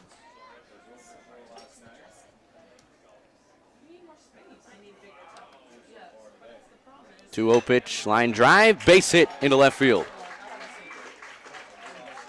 Altavilla, the shortstop, tried to climb the ladder and catch that one, but Marin Cons sneaks it over his glove into left field for his first knock of the afternoon. He's now 1 for 3, and the Mustangs have their leadoff man aboard here in the home half of the 6th, and Bradley Beasley, the freshman, will be the batter. Bottom of the 6th, brought to you by More Office Solutions, Movement for Life, Charlie's Place, and Cal Portland. Cal Portland Building Materials Construction Solutions. Toss over to first base. Marin Cons dives back in there safely. Kyle has attempted 1 stolen base in 2017, and he was successful. He's got an awfully short lead over at first. Rayburn, the third baseman, playing in on the grass, anticipating a potential sacrifice bunt attempt from the true freshman Bradley Beasley.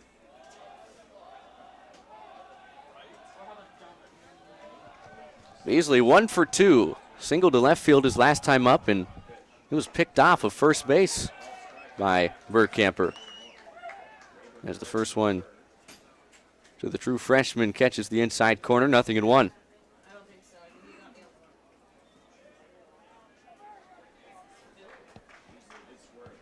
A 2-2 ball game here in the home half of the 6th. Another toss over to first base, and Marin Cons dives back in there safely.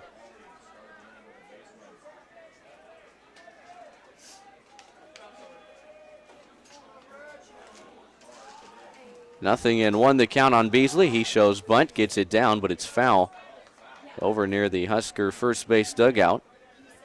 And now Beasley behind in the count, 0-2.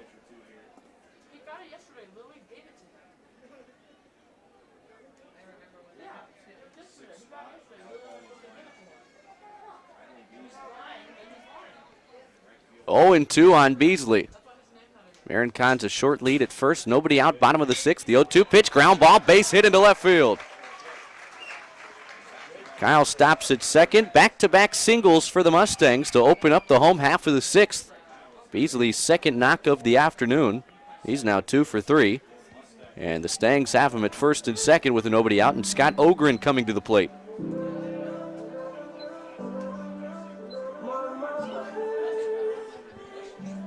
Ogren, the true freshman, 0 for 2 this afternoon, and will likely be asked to lay down a sacrifice bunt attempt as Wilkening, the catcher, costs time and brings in the third baseman, Alex Rayburn, as well to talk things over. Marin Cons led off the inning with a single to left field, and Beasley on 0-2 following up with a single to left field himself. And now Ogren, who has laid down a few sacrifice bunts this season, will likely be asked to do the same here in a 2-2 ball game in the bottom of the 6th with runners at first and second and nobody out. And now time called, and we'll get a visit to the mound.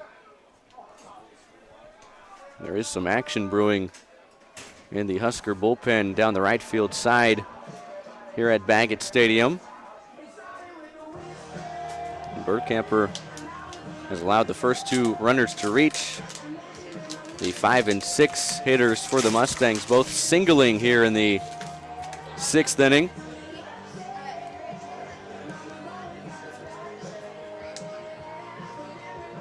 And they're still talking things over out on the mound.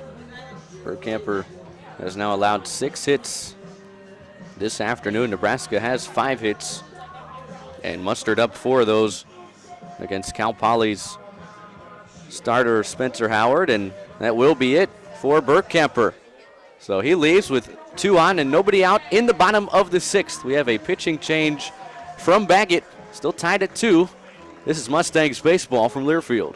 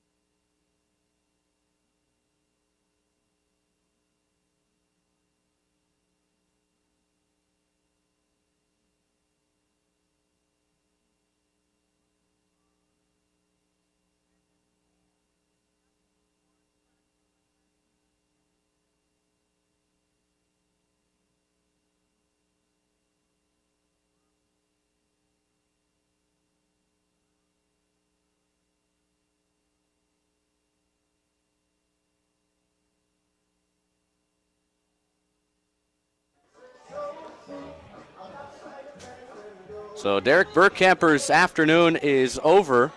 5 innings, 6 hits, 2 runs, 1 earned, 3 walks, 3 strikeouts. He's responsible for both base runners aboard. Mustangs have him at first and second with nobody out in a tie ball game, 2-2. Bottom of the 6th inning. And the 6'4", 220-pound junior right-hander from Lee Summit, Missouri, Reese Edens, is the new pitcher for the Huskers, a product of Blue Springs South High School in Missouri. And Edens is making his 6th appearance of the season, a record of 1-1, and an ERA of 9 in 6 innings of work.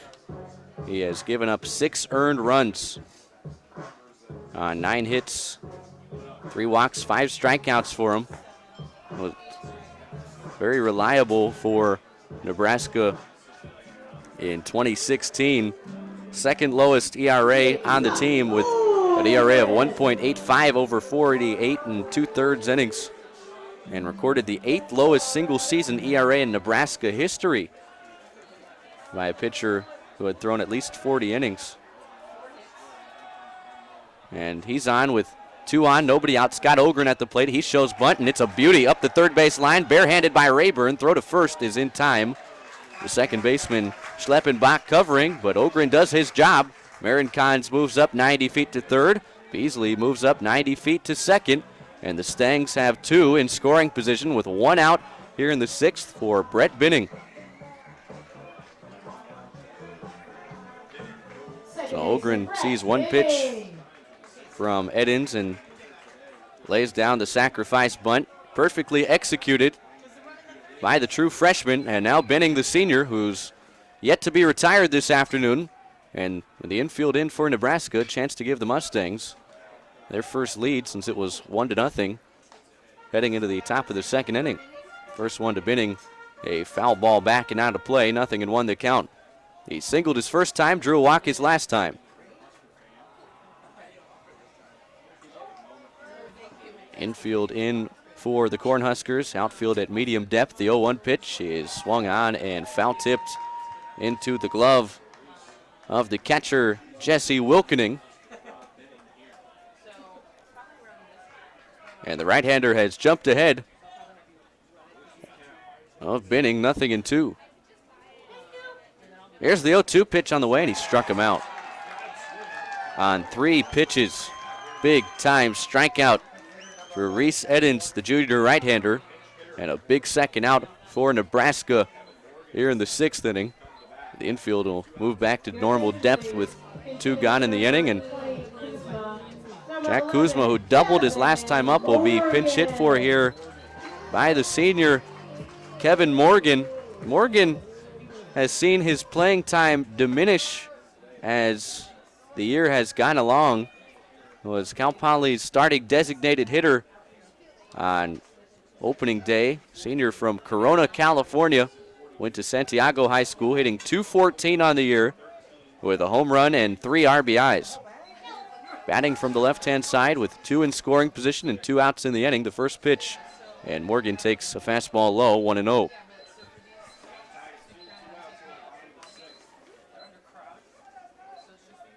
Kevin Morgan appearing in his first game since March the 13th in a 6-1 win over Gonzaga. Hasn't played in the last 4 as the 1-0 pitch is in the dirt. Beautiful stop by the catcher, Wilkening. And it's now 2-0 on Morgan.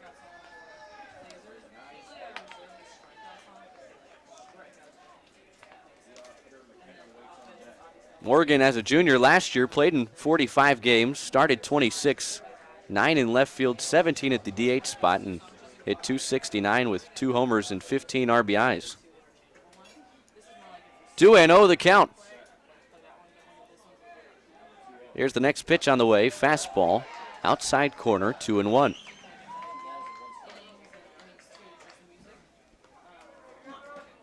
Scott Ogren has started the last handful of games for the Mustangs at designated hitter. So he's taken the spot that Morgan had early on in the season as the 2-1 pitch is rolled softly towards second. Schleppenbach throws over to first, and the Huskers get out of it. 2 more runners stranded by the Mustangs in scoring position here in the 6th. Top of the 7th up next. We're still tied at 2. You're listening to Mustangs baseball from Learfield.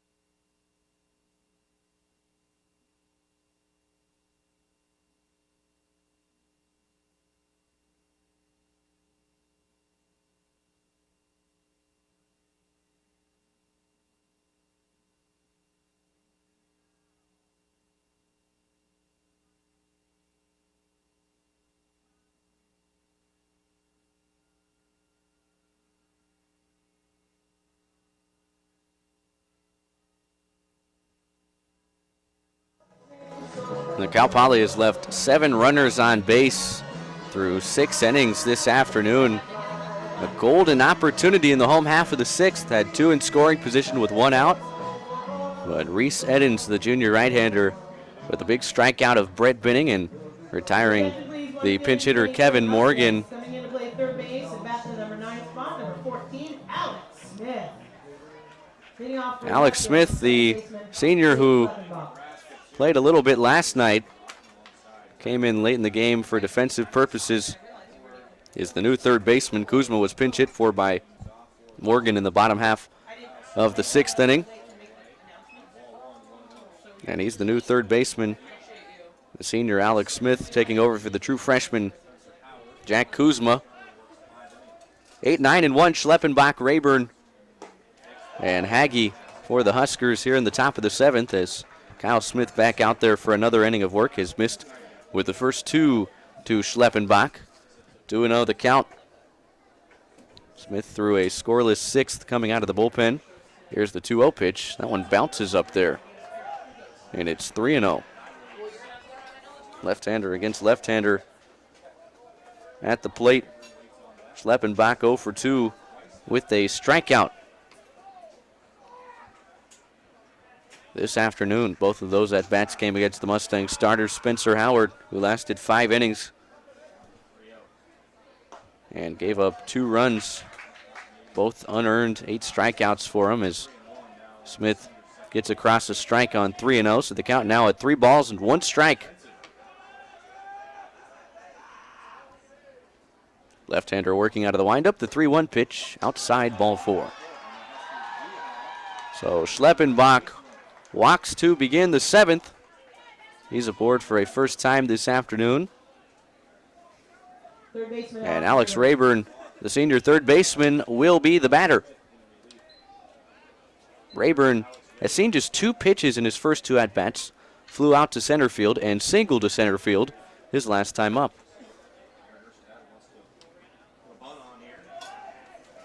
Alex Smith, the new third baseman, playing in on the grass, anticipating a potential sacrifice bunt attempt. Rayburn does show bunt and bunts it foul up along the first base line.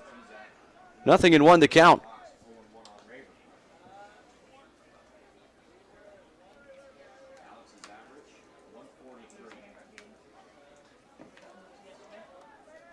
Rayburn, the senior from Durham in North Carolina. Didn't play at all last night, but getting the start at third base this afternoon. The 0-1 pitch bunted to the right side of the mound, fielded by Smith. He'll underhand to Skips, and the sacrifice is successful as Schleppenbach moves up 90 feet to second. 1 out here in the top of the 7th, and back to the top of the order, Mojo Hagee will be the batter. Hagee 1 for 3.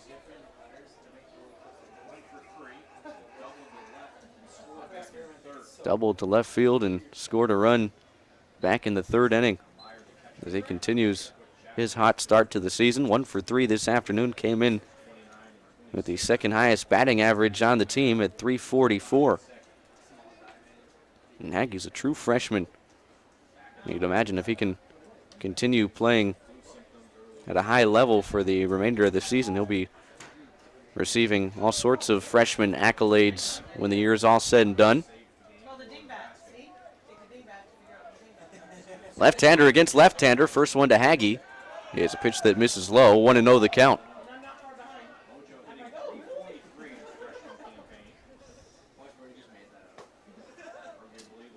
Schleppenbach led off the inning with a 5-pitch walk. Rayburn bunted him over to second. That's where he stands at the moment with 1 down in a tie game here in the top of the 7th. Here's the 1-0 pitch on the way to Hagee, and it's bounced foul near the Mustang third base dugout. 1-1 the count. Hagee, a native of Omaha, Nebraska. Earlier this year in the Frisco College Baseball Classic, a tournament played in Arizona. He was named to the all-tournament team there. Went to Omaha Skutt Catholic High School, where he was a first-team Super State pick by the Lincoln Journal-Star as a senior. He hit .455 as a senior in Skutt, at Skutt Catholic High School a season ago. Had 9 doubles, 3 triples, 2 homers, 23 RBIs, stole 14 bases. He did it all, and that's translated to a very successful freshman campaign at Nebraska thus far. 1-1 the count. Here's the next one from Smith, and it's a ground ball right to Elijah Skips. Well, he hit it hard, but Skips was positioned perfectly, stuck the glove out. He solos to the bag for a big second out. Schleppenbach does move up 90 feet to third, but 2 down in the inning.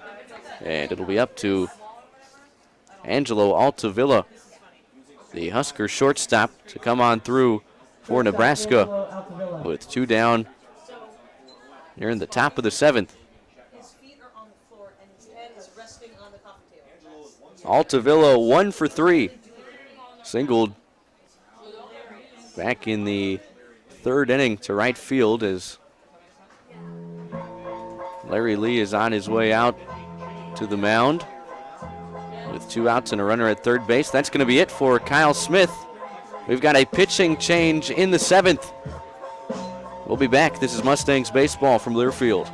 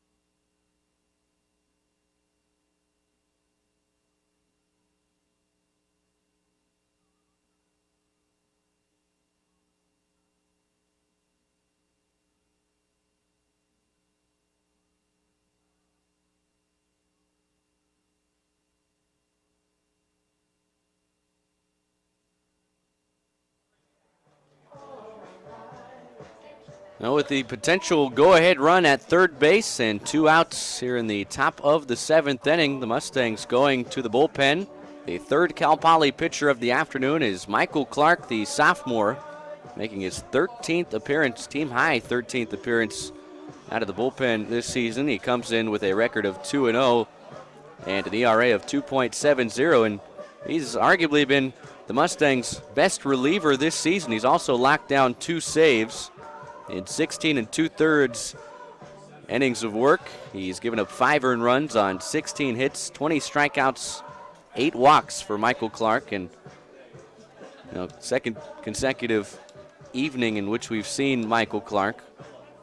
He did not allow any runs last night in the 3-2 series opening loss to these Nebraska Cornhuskers, and he'll face Angelo Altavilla with Jake Schleppenbach at third base and 2 outs here in the top of the 7th, all tied at 2 between the Huskers and Mustangs. Game 2 of a 4-game non-conference series with a doubleheader tomorrow to wrap things up.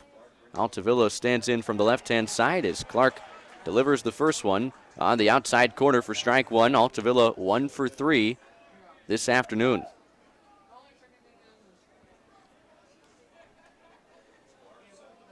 Here comes the 0-1 pitch. Fastball misses off the plate. 1-1 the count. Clark threw an inning in 2/3 last night. No hits, no runs, 2 walks, 2 strikeouts. 1-1. Fastball low and inside, 2 balls and 1 strike. Altavilla came into this afternoon's contest as the team leader in batting average, hitting .364.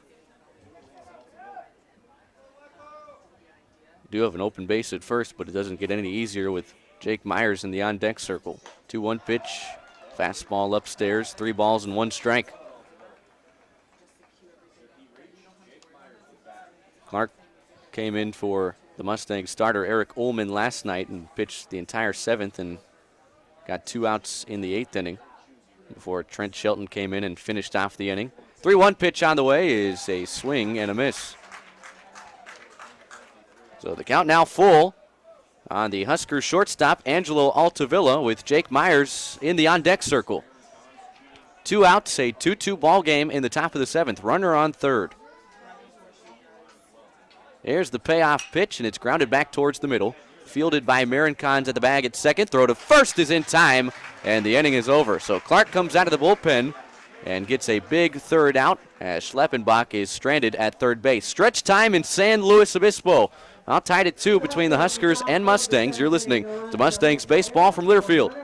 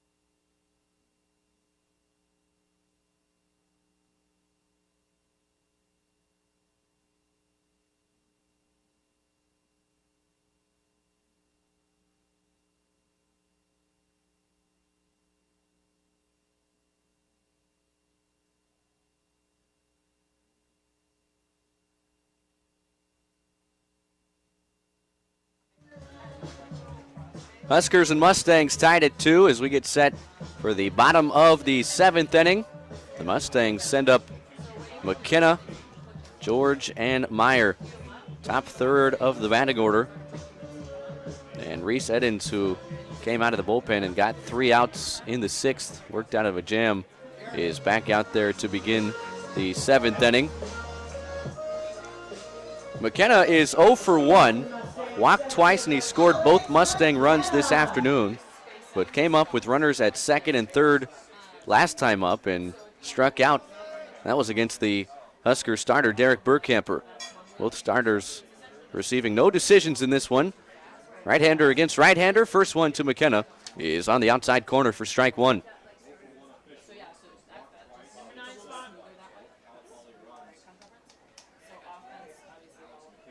Here's the 0-1 pitch on the way in the dirt. 1 ball and 1 strike. This is the second Husker pitcher of the afternoon. The starter, Burkamper, lasted 5 innings, and Edens retired all 3 batters he faced coming out of the bullpen last inning. Came in with 2 runners on and nobody out. Scott Ogren laid down a sacrifice bunt. And Edens got the next 2 batters, struck out Binning, and got the pinch hitter Kevin Morgan to ground out to second base. The count now 1-2 on McKenna. Here's the 1-2 pitch on the way, and it's a breaking ball that misses low and outside. 2 balls and 2 strikes. Bryson Cronenbold, the junior, has come into the game to replace Alex Rayburn. Altavilla, the shortstop, moving over to third base. Cronenbold, who started last night, is the new shortstop for the Huskers. So Cronenbold, the local product from Thousand Oaks, spent his first 2 years of college baseball at Ventura, a couple hours down the 101 freeway here in California, is now on the left side of the infield. The count now full on McKenna. Here's the payoff pitch on the way, and it's swung on and missed, strike 3. So Alex goes down on strikes for a second time this afternoon. Second strikeout for Edens. He's retired all 4 batters he's faced since coming out of the bullpen. 1 down, the base is empty here in the home half of the 7th, and Josh George will be the batter. George 0 for 3, has grounded out to second base all 3 times at the plate. Batting from the left-hand side, takes the first one in there for a strike. And we mentioned George, as of late, really struggling to get it going at the plate, perhaps rolling over to the right side of the infield, a sign that he's pressing a bit. Well, 1 pitch, breaking ball, outside corner, 0-2.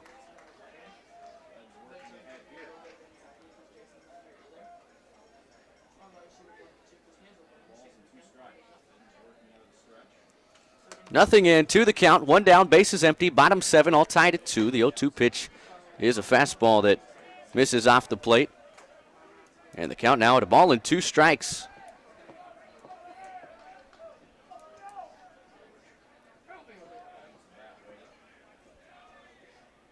We've been tied at 2 since the conclusion of the 3rd inning. Since then, nothing but goose eggs. Here's the 1-2 pitch on George. Off the end of the bat, foul and out of play.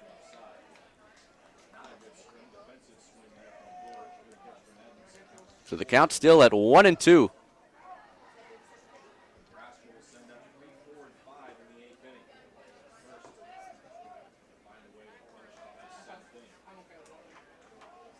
There's the 1-2 pitch again. And it's a line drive out to right field, but right at Mojo Hankey for the second out of the inning. So George hit that one hard, but right at the freshman right fielder.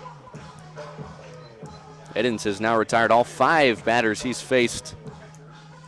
Catcher Nick Meyer. 2 outs, the base is empty in the home half of the 7th, and Nick Meyer will be the batter.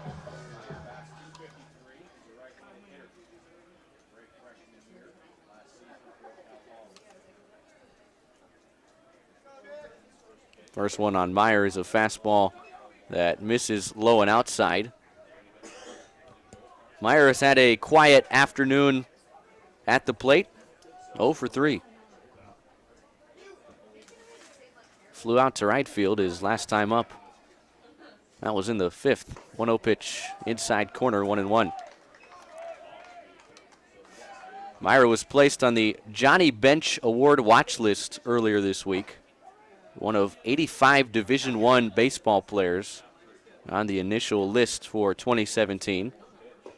1-1 pitch misses low. 2 balls and 1 strike. He's second in the Big West Conference in throwing out would-be base stealers. Has thrown out 7. And tops in the conference He's picked off 2 other runners as the 2-1 pitch is waved at and missed. And the count now even at 2 balls and 2 strikes. A year ago, as a true freshman, Meyer threw out 22 would-be base stealers and picked off 10 more. Big West Conference Freshman Field Player of the Year. A 2-ball, 2-strike count. Next pitch on the way is to the backstop, and the count full. 3 balls and 2 strikes with Elijah Skips, who has both RBIs this afternoon for the Mustangs. He's waiting in the on-deck circle. The watch list will be trimmed to semifinalists on May 17th. A national voting panel will select 3 finalists on June 5th, and the award will be given out later that month as Meyer pops this one up out towards center. Routine play for Myers. He'll pull it down, and it's a 1-2-3 bottom half of the 7th inning for Reese Eddins, the junior right-hander. The 8th inning is next, and we're still tied at 2. You're listening to Mustangs Baseball from Learfield.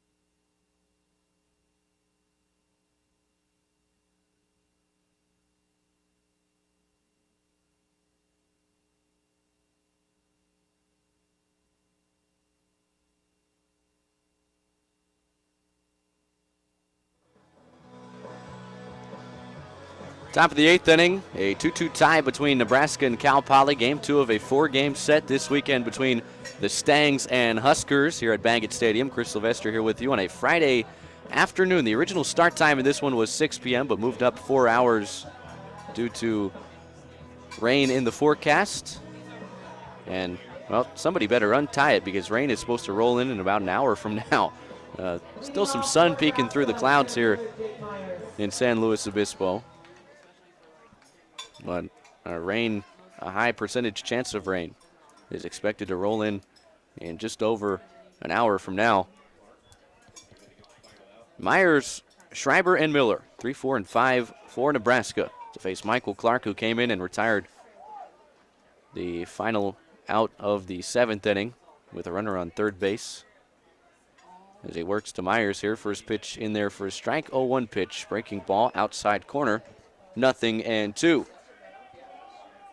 Myers 0 for 2 at the plate this afternoon, 2 strikeouts. He's also drawn a walk. Here's the 0-2 pitch. Misses inside, 1-2 the count.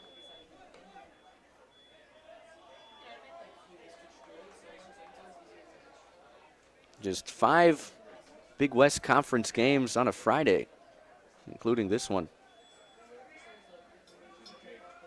One of those is a conference matchup. 1-2 pitch on the way is lifted out towards right field, moving towards the line. Beasley still moving, and he's not going to get there. Myers, who runs extremely well, will slide into second with a leadoff double here in the top of the 8th.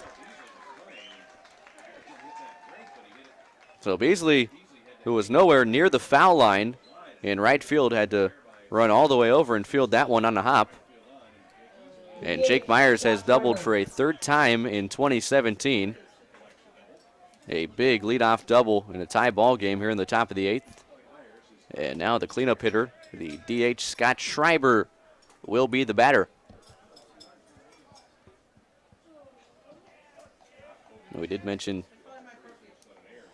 other teams in the Big West Conference has got a meeting at the mound as Nick Meyer goes out there to talk things over with Michael Clark. Shortstop Marin Khan's also part of the conference at the mound. Cal State Fullerton, the 6th-ranked team in the country according to D1 Baseball, visits Blair Field, Long Beach State tonight at 6 p.m. And what will be the first contest between two conference teams in 2017. Cal State Northridge at Washington State. That game was postponed due to inclement weather. As the first one on Schreiber misses low, 1-0 the count. San Jose State later tonight on the island of Oahu visiting the University of Hawaii. Houston visiting UC Irvine, where the Mustangs will open up conference play in a week from today. 6:30 first pitch in that one. And one other game underway to tell you about in just a moment as the 1-0 pitch is cut on and missed. 1-1 the count. UC Santa Barbara. They play all of their home games during daylight as they do not have lights at their home ballpark. The Mustangs will visit UCSB at the end of May, their final conference road trip of the year. Santa Barbara a 3-1 lead over New Mexico State. That game in the bottom of the fourth inning. 1-1 pitch on the way, and it's a pitch that misses low and outside. 2 balls and 1 strike. Schreiber 0 for 3, reached on an error back in the second inning and came around to score the Huskers' first run of the afternoon. Team leader in RBIs with 17. Here's the 2-1 pitch on the way, and it's chopped off the plate towards third. Smith has to charge. Throw to first base is low, and Skips can't handle it. Everybody's safe. It'll be the 4th Mustang error of the afternoon, you'd have to think.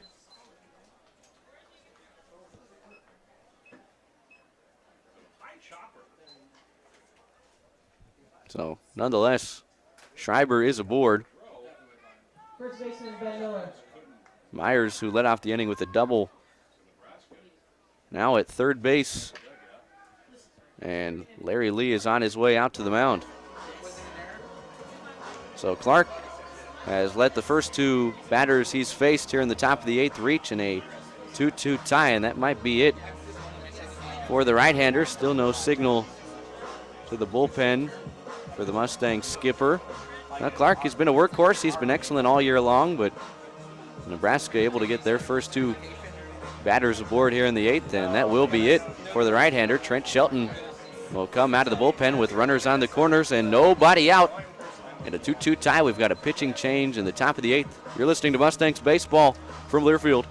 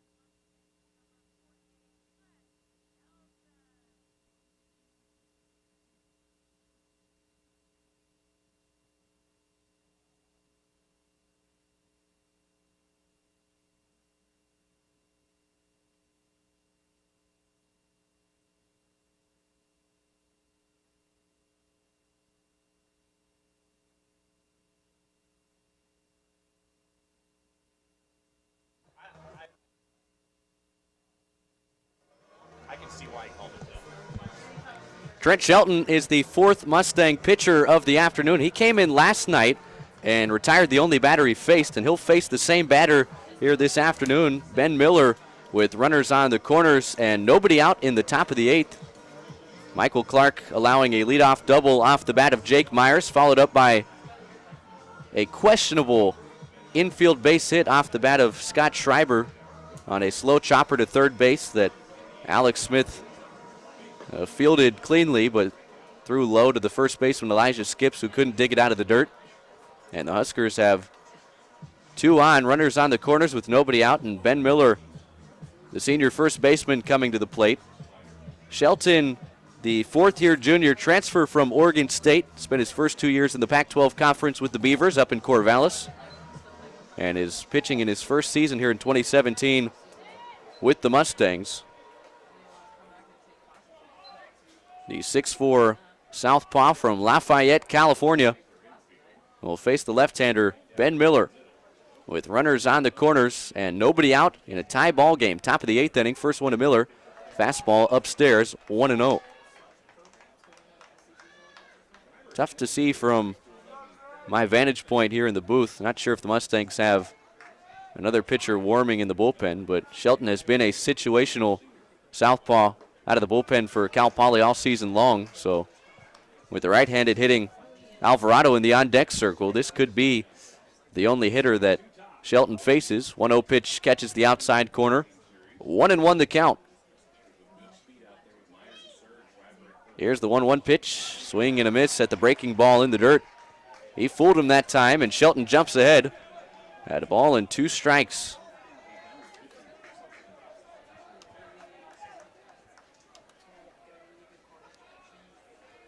Myers the runner at third. Schreiber the runner at first. Nobody out. Here's the 1-2 pitch on the way, and it's in the dirt. Beautiful stop by Meyer. And the count now even at 2 balls and 2 strikes. This is Shelton's 12th appearance of the year. No record. An ERA of 4.05 in 13 1/3. He's given up 6 runs, all earned on 11 hits. 2-2 pitch on the way. Popped up. Shallow left field. Out goes the shortstop, Marin Cons, to make the catch. And Miller is retired. A big out number 1. So Shelton, for a second consecutive night, comes in and does his job. And as we suspected, Larry Lee on his way out to the mound to go get the lefty who retires Miller. Exactly what Coach wanted him to do. And with runners on the corners and 1 out here in the top of the 8th inning, the 15th-year Mustang skipper will go to the bullpen once again. We've got a pitching change at Baggett. You're listening to Mustangs baseball from Learfield.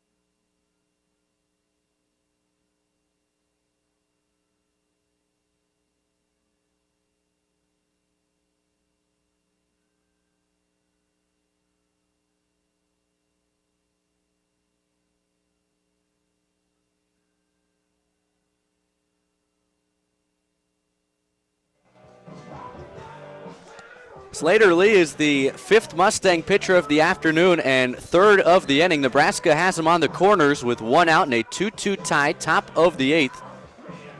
Lee takes over for Trent Shelton, who faced just 1 batter and got Ben Miller to pop out to shortstop. Slater Lee appearing for a second consecutive night. Senior right-hander appearing in his 10th game of the season, sports a record of 1-1 with an ERA of 2.50. He's also picked up a save this year in 18 innings of work. He's given up 19 hits, 5 earned runs, 24 strikeouts, 7 walks. And he will face Luis Alvarado, the Husker left fielder, with runners on the corners and 1 out here in the top of the 8th. A 2-2 ball game. The Mustangs hoping to keep it that way heading into the bottom half of the inning. Had a lot of trouble with the Huskers' 8th and 9th inning relievers last night, and certainly hoping they don't face a deficit heading into the later innings here at Baggett Stadium.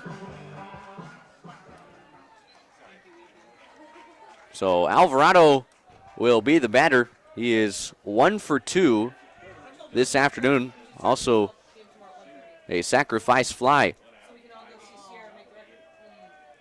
for the junior from Puerto Rico. Batting from the right-hand side. The first one from Lee is chopped to short. This could be 2 to second for 1. On to first. It's an inning-ending double play. And the Mustangs get out of it. Nebraska had him on the corners with nobody out. But Trent Shelton and Slater Lee out of the bullpen to work out of a jam here in the top half of the 8th. We're still tied at 2. Going to the bottom half of the inning. You're listening to Mustangs Baseball from Learfield.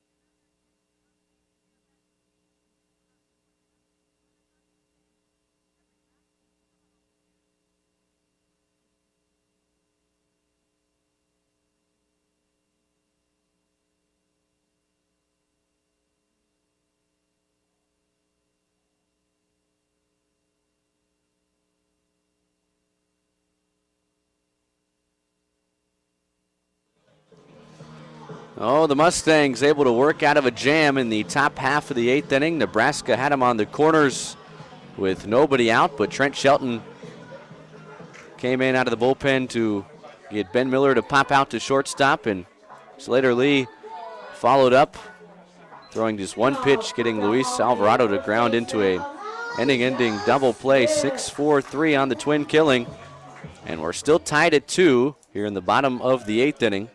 Reese Edens, the junior right-hander, back out there to start the bottom half of the 8th. They'll face 4, 5, and 6. Skips, Marincons, and Beasley. First pitch swinging. Skips lofts one out towards shallow center. On comes Myers, and he'll make the catch for the first down of the inning. So Skips, who has both RBIs for Cal Poly, is retired on one pitch to begin the home half of the 8th, and now Kyle Marincons will bat with the bases empty and one down. Marincons 1 for 3 this afternoon, single to left his last time up as the first one from Edens misses off the plate. 1-0 the count.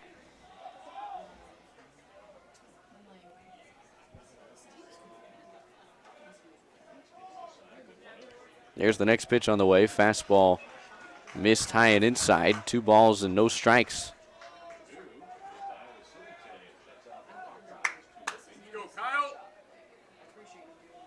Two runs, 7 hits, an error for Nebraska. 2 runs, 6 hits, 3 errors for the Mustangs. 2-0 pitch in the dirt.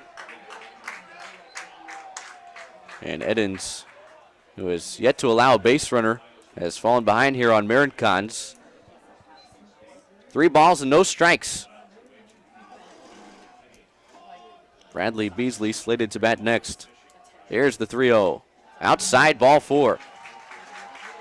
So Marincons draws the 4-pitch walk.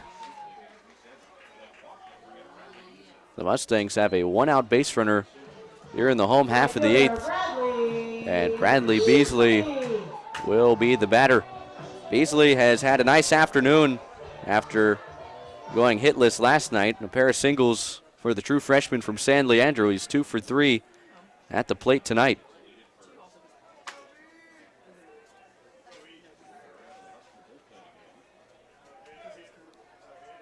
Right-hander against right-hander, and a toss over to first base. Diving back in there safely is Marincons, the runner over at first, who just walked on 4 pitches.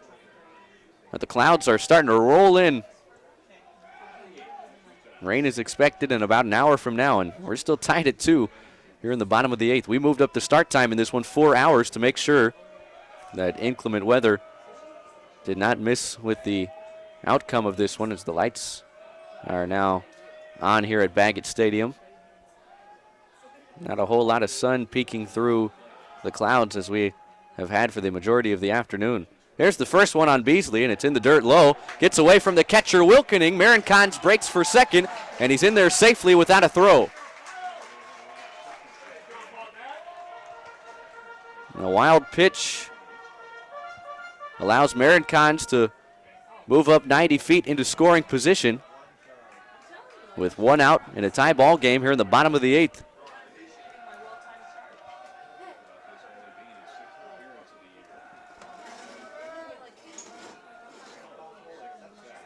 So Marin Cons now at second with 1 out. A ball and no strikes on Bradley Beasley, who already has a couple hits this afternoon. Edens checks the runner at second and steps off the mound.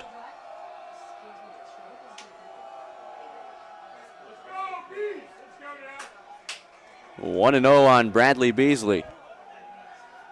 Now you play the game of cat and mouse with the potential go-ahead run in scoring position and 1 down in the inning. And now Wilkening, the catcher, will call time and also bring in Altavilla, the third baseman. And now we're going to have a meeting at the mound. There is action brewing in the Husker bullpen. Edens has tossed 2 1/3. And with the potential go-ahead run at second base with 1 out here in the 8th inning. We'll see if Edens stays in the ball game. 2-2 tie. Bottom of the 8th.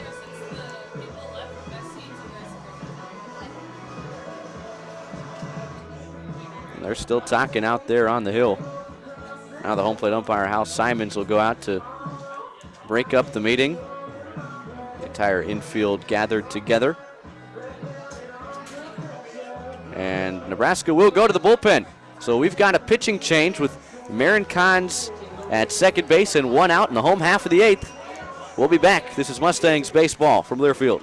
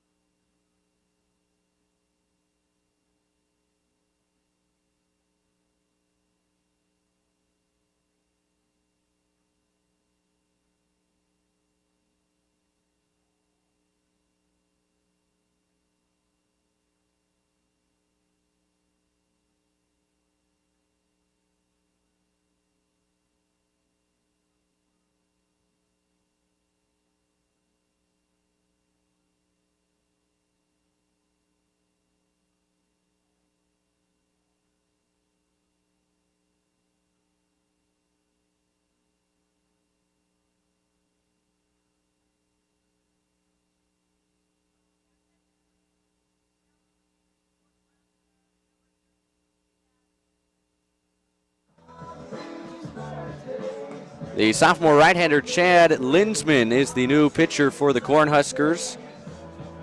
Third pitcher of the afternoon used by Nebraska. He takes over for Reese Edens, who went 2 1/3. Didn't give up any hits or any runs, but did walk a batter, and he's responsible for Marin Cons, who stands at second base with 1 out here in a 2-2 tie, bottom of the 8th inning. Linsman spells his last name Luensmann, so it looks like Luensmann, but it's pronounced Linsman. And the sophomore right-hander is making his 8th appearance of the season. A record of 1-1, an ERA of 6.43. Team leader in saves with 3, but has struggled a bit in recent appearances. And Luis Alvarado, who picked up the save last night and is the Huskers' everyday left fielder, is taken over that closer's role for the time being. Linsman, in 14 innings of work this year, has given up 15 hits, 10 earned runs, walked 12 batters, struck out 11. And he'll face Bradley Beasley with a potential go-ahead run in scoring position. Marin Cons at second base, 1 out, and the count 1-0 on Beasley here in the bottom of the 8th. Next pitch on the way, and it misses low. 2 balls and no strikes. The Mustangs looking to snap a 2-game losing streak and win their first game in 6 days. Last win came on Saturday in a 3-0 win over Wichita State as Beasley lines this one out towards left, but on comes Alvarado to make the catch for out number 2. They hit that one on the button, but Alvarado was positioned perfectly to run in and catch it for the second out of the inning. And it'll be up to the true freshman DH Scott Ogren with 2 down, and Marin Khan standing at second base.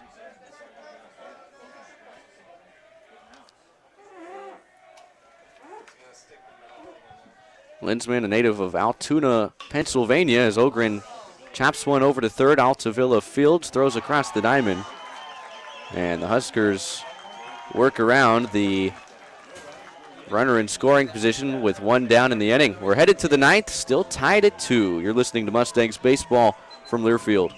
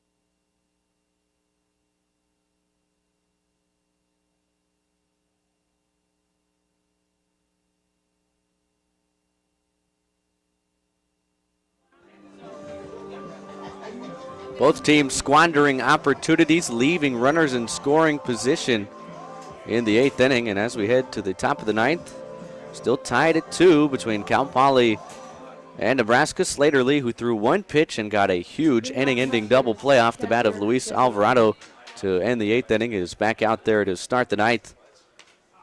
And he'll face the bottom third of the batting order for Nebraska: Wilkening, Schleppenbach, and Rayburn.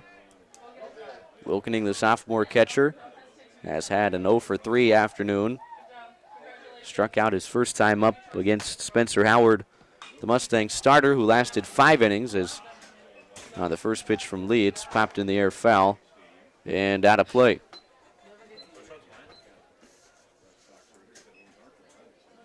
Slater, the senior from Carlsbad, making his 10th appearance of the season. Through a scoreless 9th last night in the 3-2 loss, as the next pitch to Wilkening catches the outside corner, and it's quickly 0-2. 0-2 pitch on the way, breaking ball low.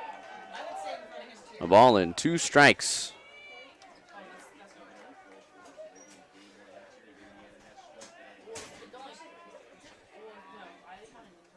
Right-hander working out of the windup, and the 1-2 pitch is fouled straight back to the screen. Wilkening stays alive. A ball and 2 strikes. Slater, the right-hander, listed at 6 feet, 215 pounds. Appeared in 14 games a season ago. Started 3 as a junior and posted a 3-1 record with an ERA close to 6. At 5.85 as the 1-2 pitch is fouled out of play again. Still a ball and 2 strikes.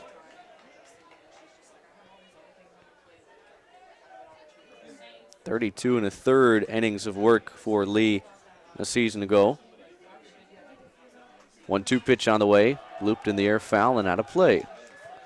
So Wilkening continues to fight off pitches here. Still a ball and 2 strikes. Nobody on, nobody out, top of the 9th. Cal Poly and Nebraska, they've been tied at 2 since the conclusion of the 3rd inning. 1-2 pitch, swing and a miss, strike 3.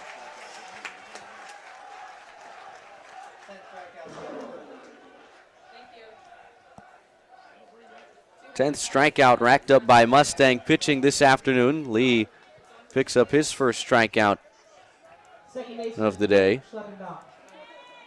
One down, the base is empty. Jake Schleppenbach will be the batter.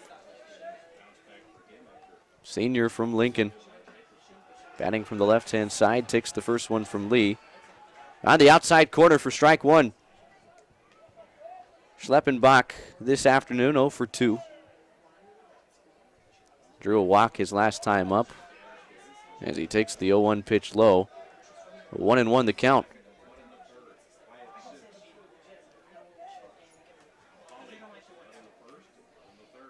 One pitch on the way is popped up shallow center. McKenna dead in his tracks will make the catch for the second out of the inning. So Lee has retired all 3 batters he's faced since coming out of the bullpen with runners on the corners and 1 out last inning. And Bryson Cronenbold, who came in defensively to replace the starting third baseman Alex Rayburn in the 7th, will receive his first at-bat of the afternoon. He started last night and was hitless. Native of Thousand Oaks, California. Spent his first 2 years at the junior college level at Ventura College with the Pirates. 1-0 pitch, low and outside, 2 balls and no strikes. Cronenbold batting from the left-hand side, looking to extend the inning and give Mojo Hagge, the outstanding freshman who's leading off for Nebraska this afternoon in the on-deck circle, an opportunity. 2-0 pitch to Cronenbold in there for a strike, 2 balls and 1 strike. 2-1 pitch on the way. Fouled back and out of play. And the count now even at 2 balls and 2 strikes. When the Mustangs come to bat in the bottom half of the 9th, it'll be 8-9-1 coming to the plate for Cal Poly as the 2-2 pitch is lofted in the air, foul, and out of play. So the count will remain at 2 balls and 2 strikes. It'll be Binning, Alex Smith, and Alex McKenna due up. And Slater Lee looking to keep this one tied at 2 to give Cal Poly an opportunity to walk off in the bottom half of the 9th. Here comes the 2-2 pitch, low and outside, the count full, 3 balls and 2 strikes. Top of the order, Hagge on deck.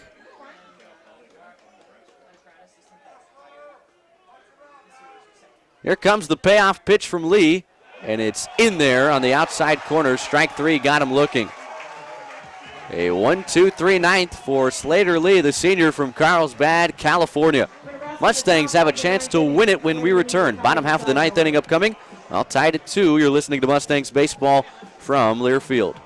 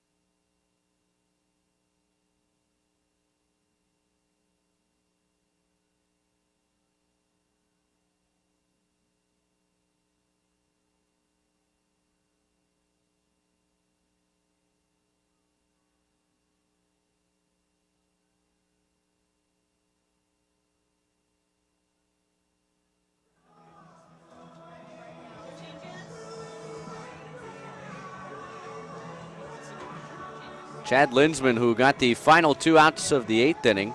Sophomore right-hander from Pennsylvania back out there to begin the bottom of the 9th. The Mustangs in a 2-2 tie have a chance to win it here in the home half of the 9th. If not, for a second time on this season opening 12-game homestand, we'll play extra innings. The Mustangs walked off on Wichita State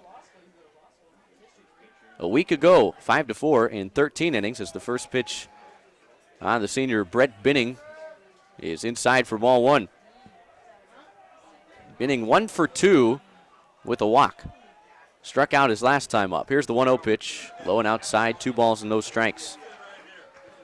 Now, Nebraska had high hopes for Linsman entering the season. He was a NCBWA preseason stopper of the year, was on the watch list for that category as the 2-0 pitch in their first strike, and third-team preseason All-American. Was the Big Ten Freshman of the Year in 2016, and a Baseball America second-team Freshman All-American, along with a collegiate baseball Freshman All-American a season ago. Tons of accolades for him in his first season at the collegiate level. A 2015 39th round draft pick of the New York Mets. 3-1 pitch on Benning, outside corner, and the count now full. 3 balls and 2 strikes. Now the Mustangs would love to get their leadoff man aboard with a chance to win it here in the home half of the ninth. The count full on Benning. Linsman's payoff pitch is bounced foul near the Mustang third base dugout. And the count remains full. 3 balls and 2 strikes. 7th pitch of the at-bat upcoming. Linsman, as a freshman last year, played a huge role out of the bullpen as the closer for Nebraska. 13 saves and 14 opportunities as this one hit under the glove of Cronenbold, the shortstop. Looked like it was going to be a fairly routine play on a slowly hit ball towards the middle of the infield, but it went right under his glove, and the Mustangs have their leadoff man aboard here in the home half of the ninth. Benning aboard on what could be ruled an error, but still no ruling from the official scorer.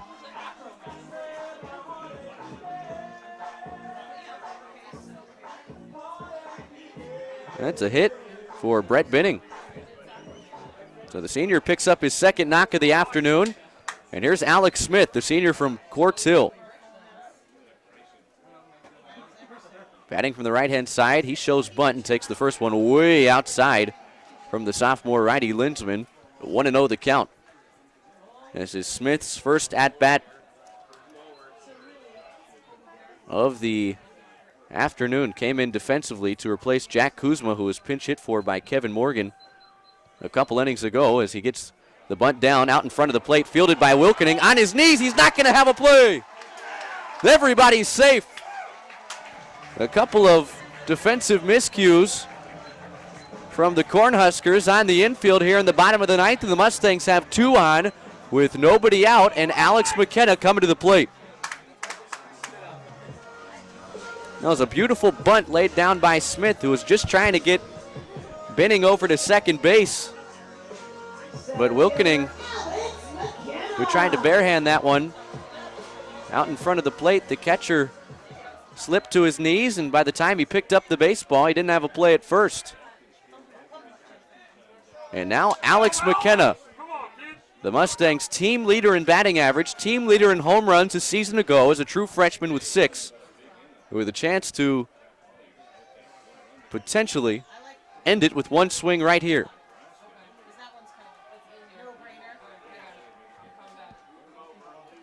Corner infielders playing in. McKenna shows bunt, pulls back, and takes a strike. Alex has been held hitless in this series. He was 0 for 4 last night, 0 for 2 with a pair of strikeouts this afternoon, but he's drawn 2 walks and scored both Mustang runs. Here's the 0-1 from Linsman. He shows bunt, and the appeal down to first base. The bat head did not cross the front of the plate, according to Scott Jones, the first base umpire, and the count now evened up at a ball and a strike. Josh George, the team leader in RBIs in the on-deck circle. No secret as to why the bunt sign has been put on for McKenna right here. 1-1. Bunt attempt pulled back, and it's a strike on the outside corner. Boy, that one was awfully close to being out of the strike zone, but just nipped the corner, and Linsman jumps ahead of McKenna here. A ball and 2 strikes, 2 on, nobody out, 2-2 tie, bottom of the ninth. The Mustangs looking to walk off for a second consecutive Friday. Walked off in the bottom of the 13th on a Kyle Marincon's triple against Wichita State in the series opener against the Shockers a week ago. Here comes the 1-2 to McKenna, and he struck him out swinging. Third time that McKenna has gone down on strikes this afternoon, and a big out number one for Lindsman and the Huskers. Left fielder Josh George. So one out in the inning. Binning, the runner at second. Smith, the runner at first. One down. George 0 for 4 this afternoon. Lined out to right field his last time up. First pitch swinging. Popped up center field. Routine play for Myers. Now taking a couple steps in. He'll make the catch for out number 2.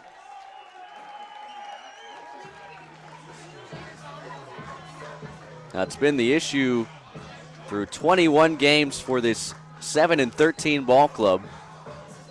The inability to cash in with runners on base. The Mustangs have left 8 this afternoon, and if they're not able to walk off here in the home half of the ninth, it'll be 10 as we head to extra innings. But Nick Meyer hoping to end it with one swing here. Sophomore catcher 0 for 4 this afternoon. First pitch, low, ball 1.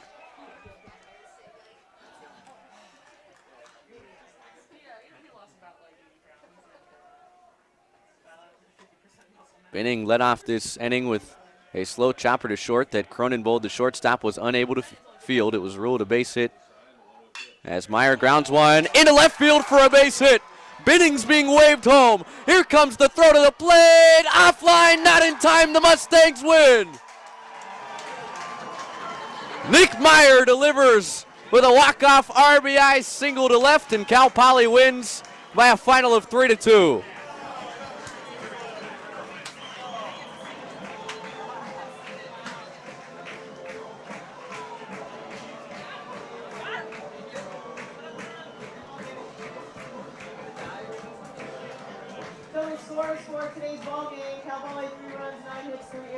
The Mustangs able to pick up win number 8 here in 2017, and Nick Meyer delivers with 2 outs and 2 on, a base hit to left field just out of the outstretched glove of the shortstop Cronenbold. And it was a good throw to the plate, but a bit offline from Luis Alvarado, the left fielder. And the Mustangs walk off on the Huskers here in the bottom of the ninth. 3-2 the final from Baggett Stadium. This series now evened at 1 with the doubleheader tomorrow starting at 1 p.m. Pregame show gets underway at 12:50. Alex Klepper back in our Central Coast studios has the Blast 825 Tap Room scoreboard update. We'll be back with the final totals of this one. The Mustangs walk off on the Huskers 3-2. The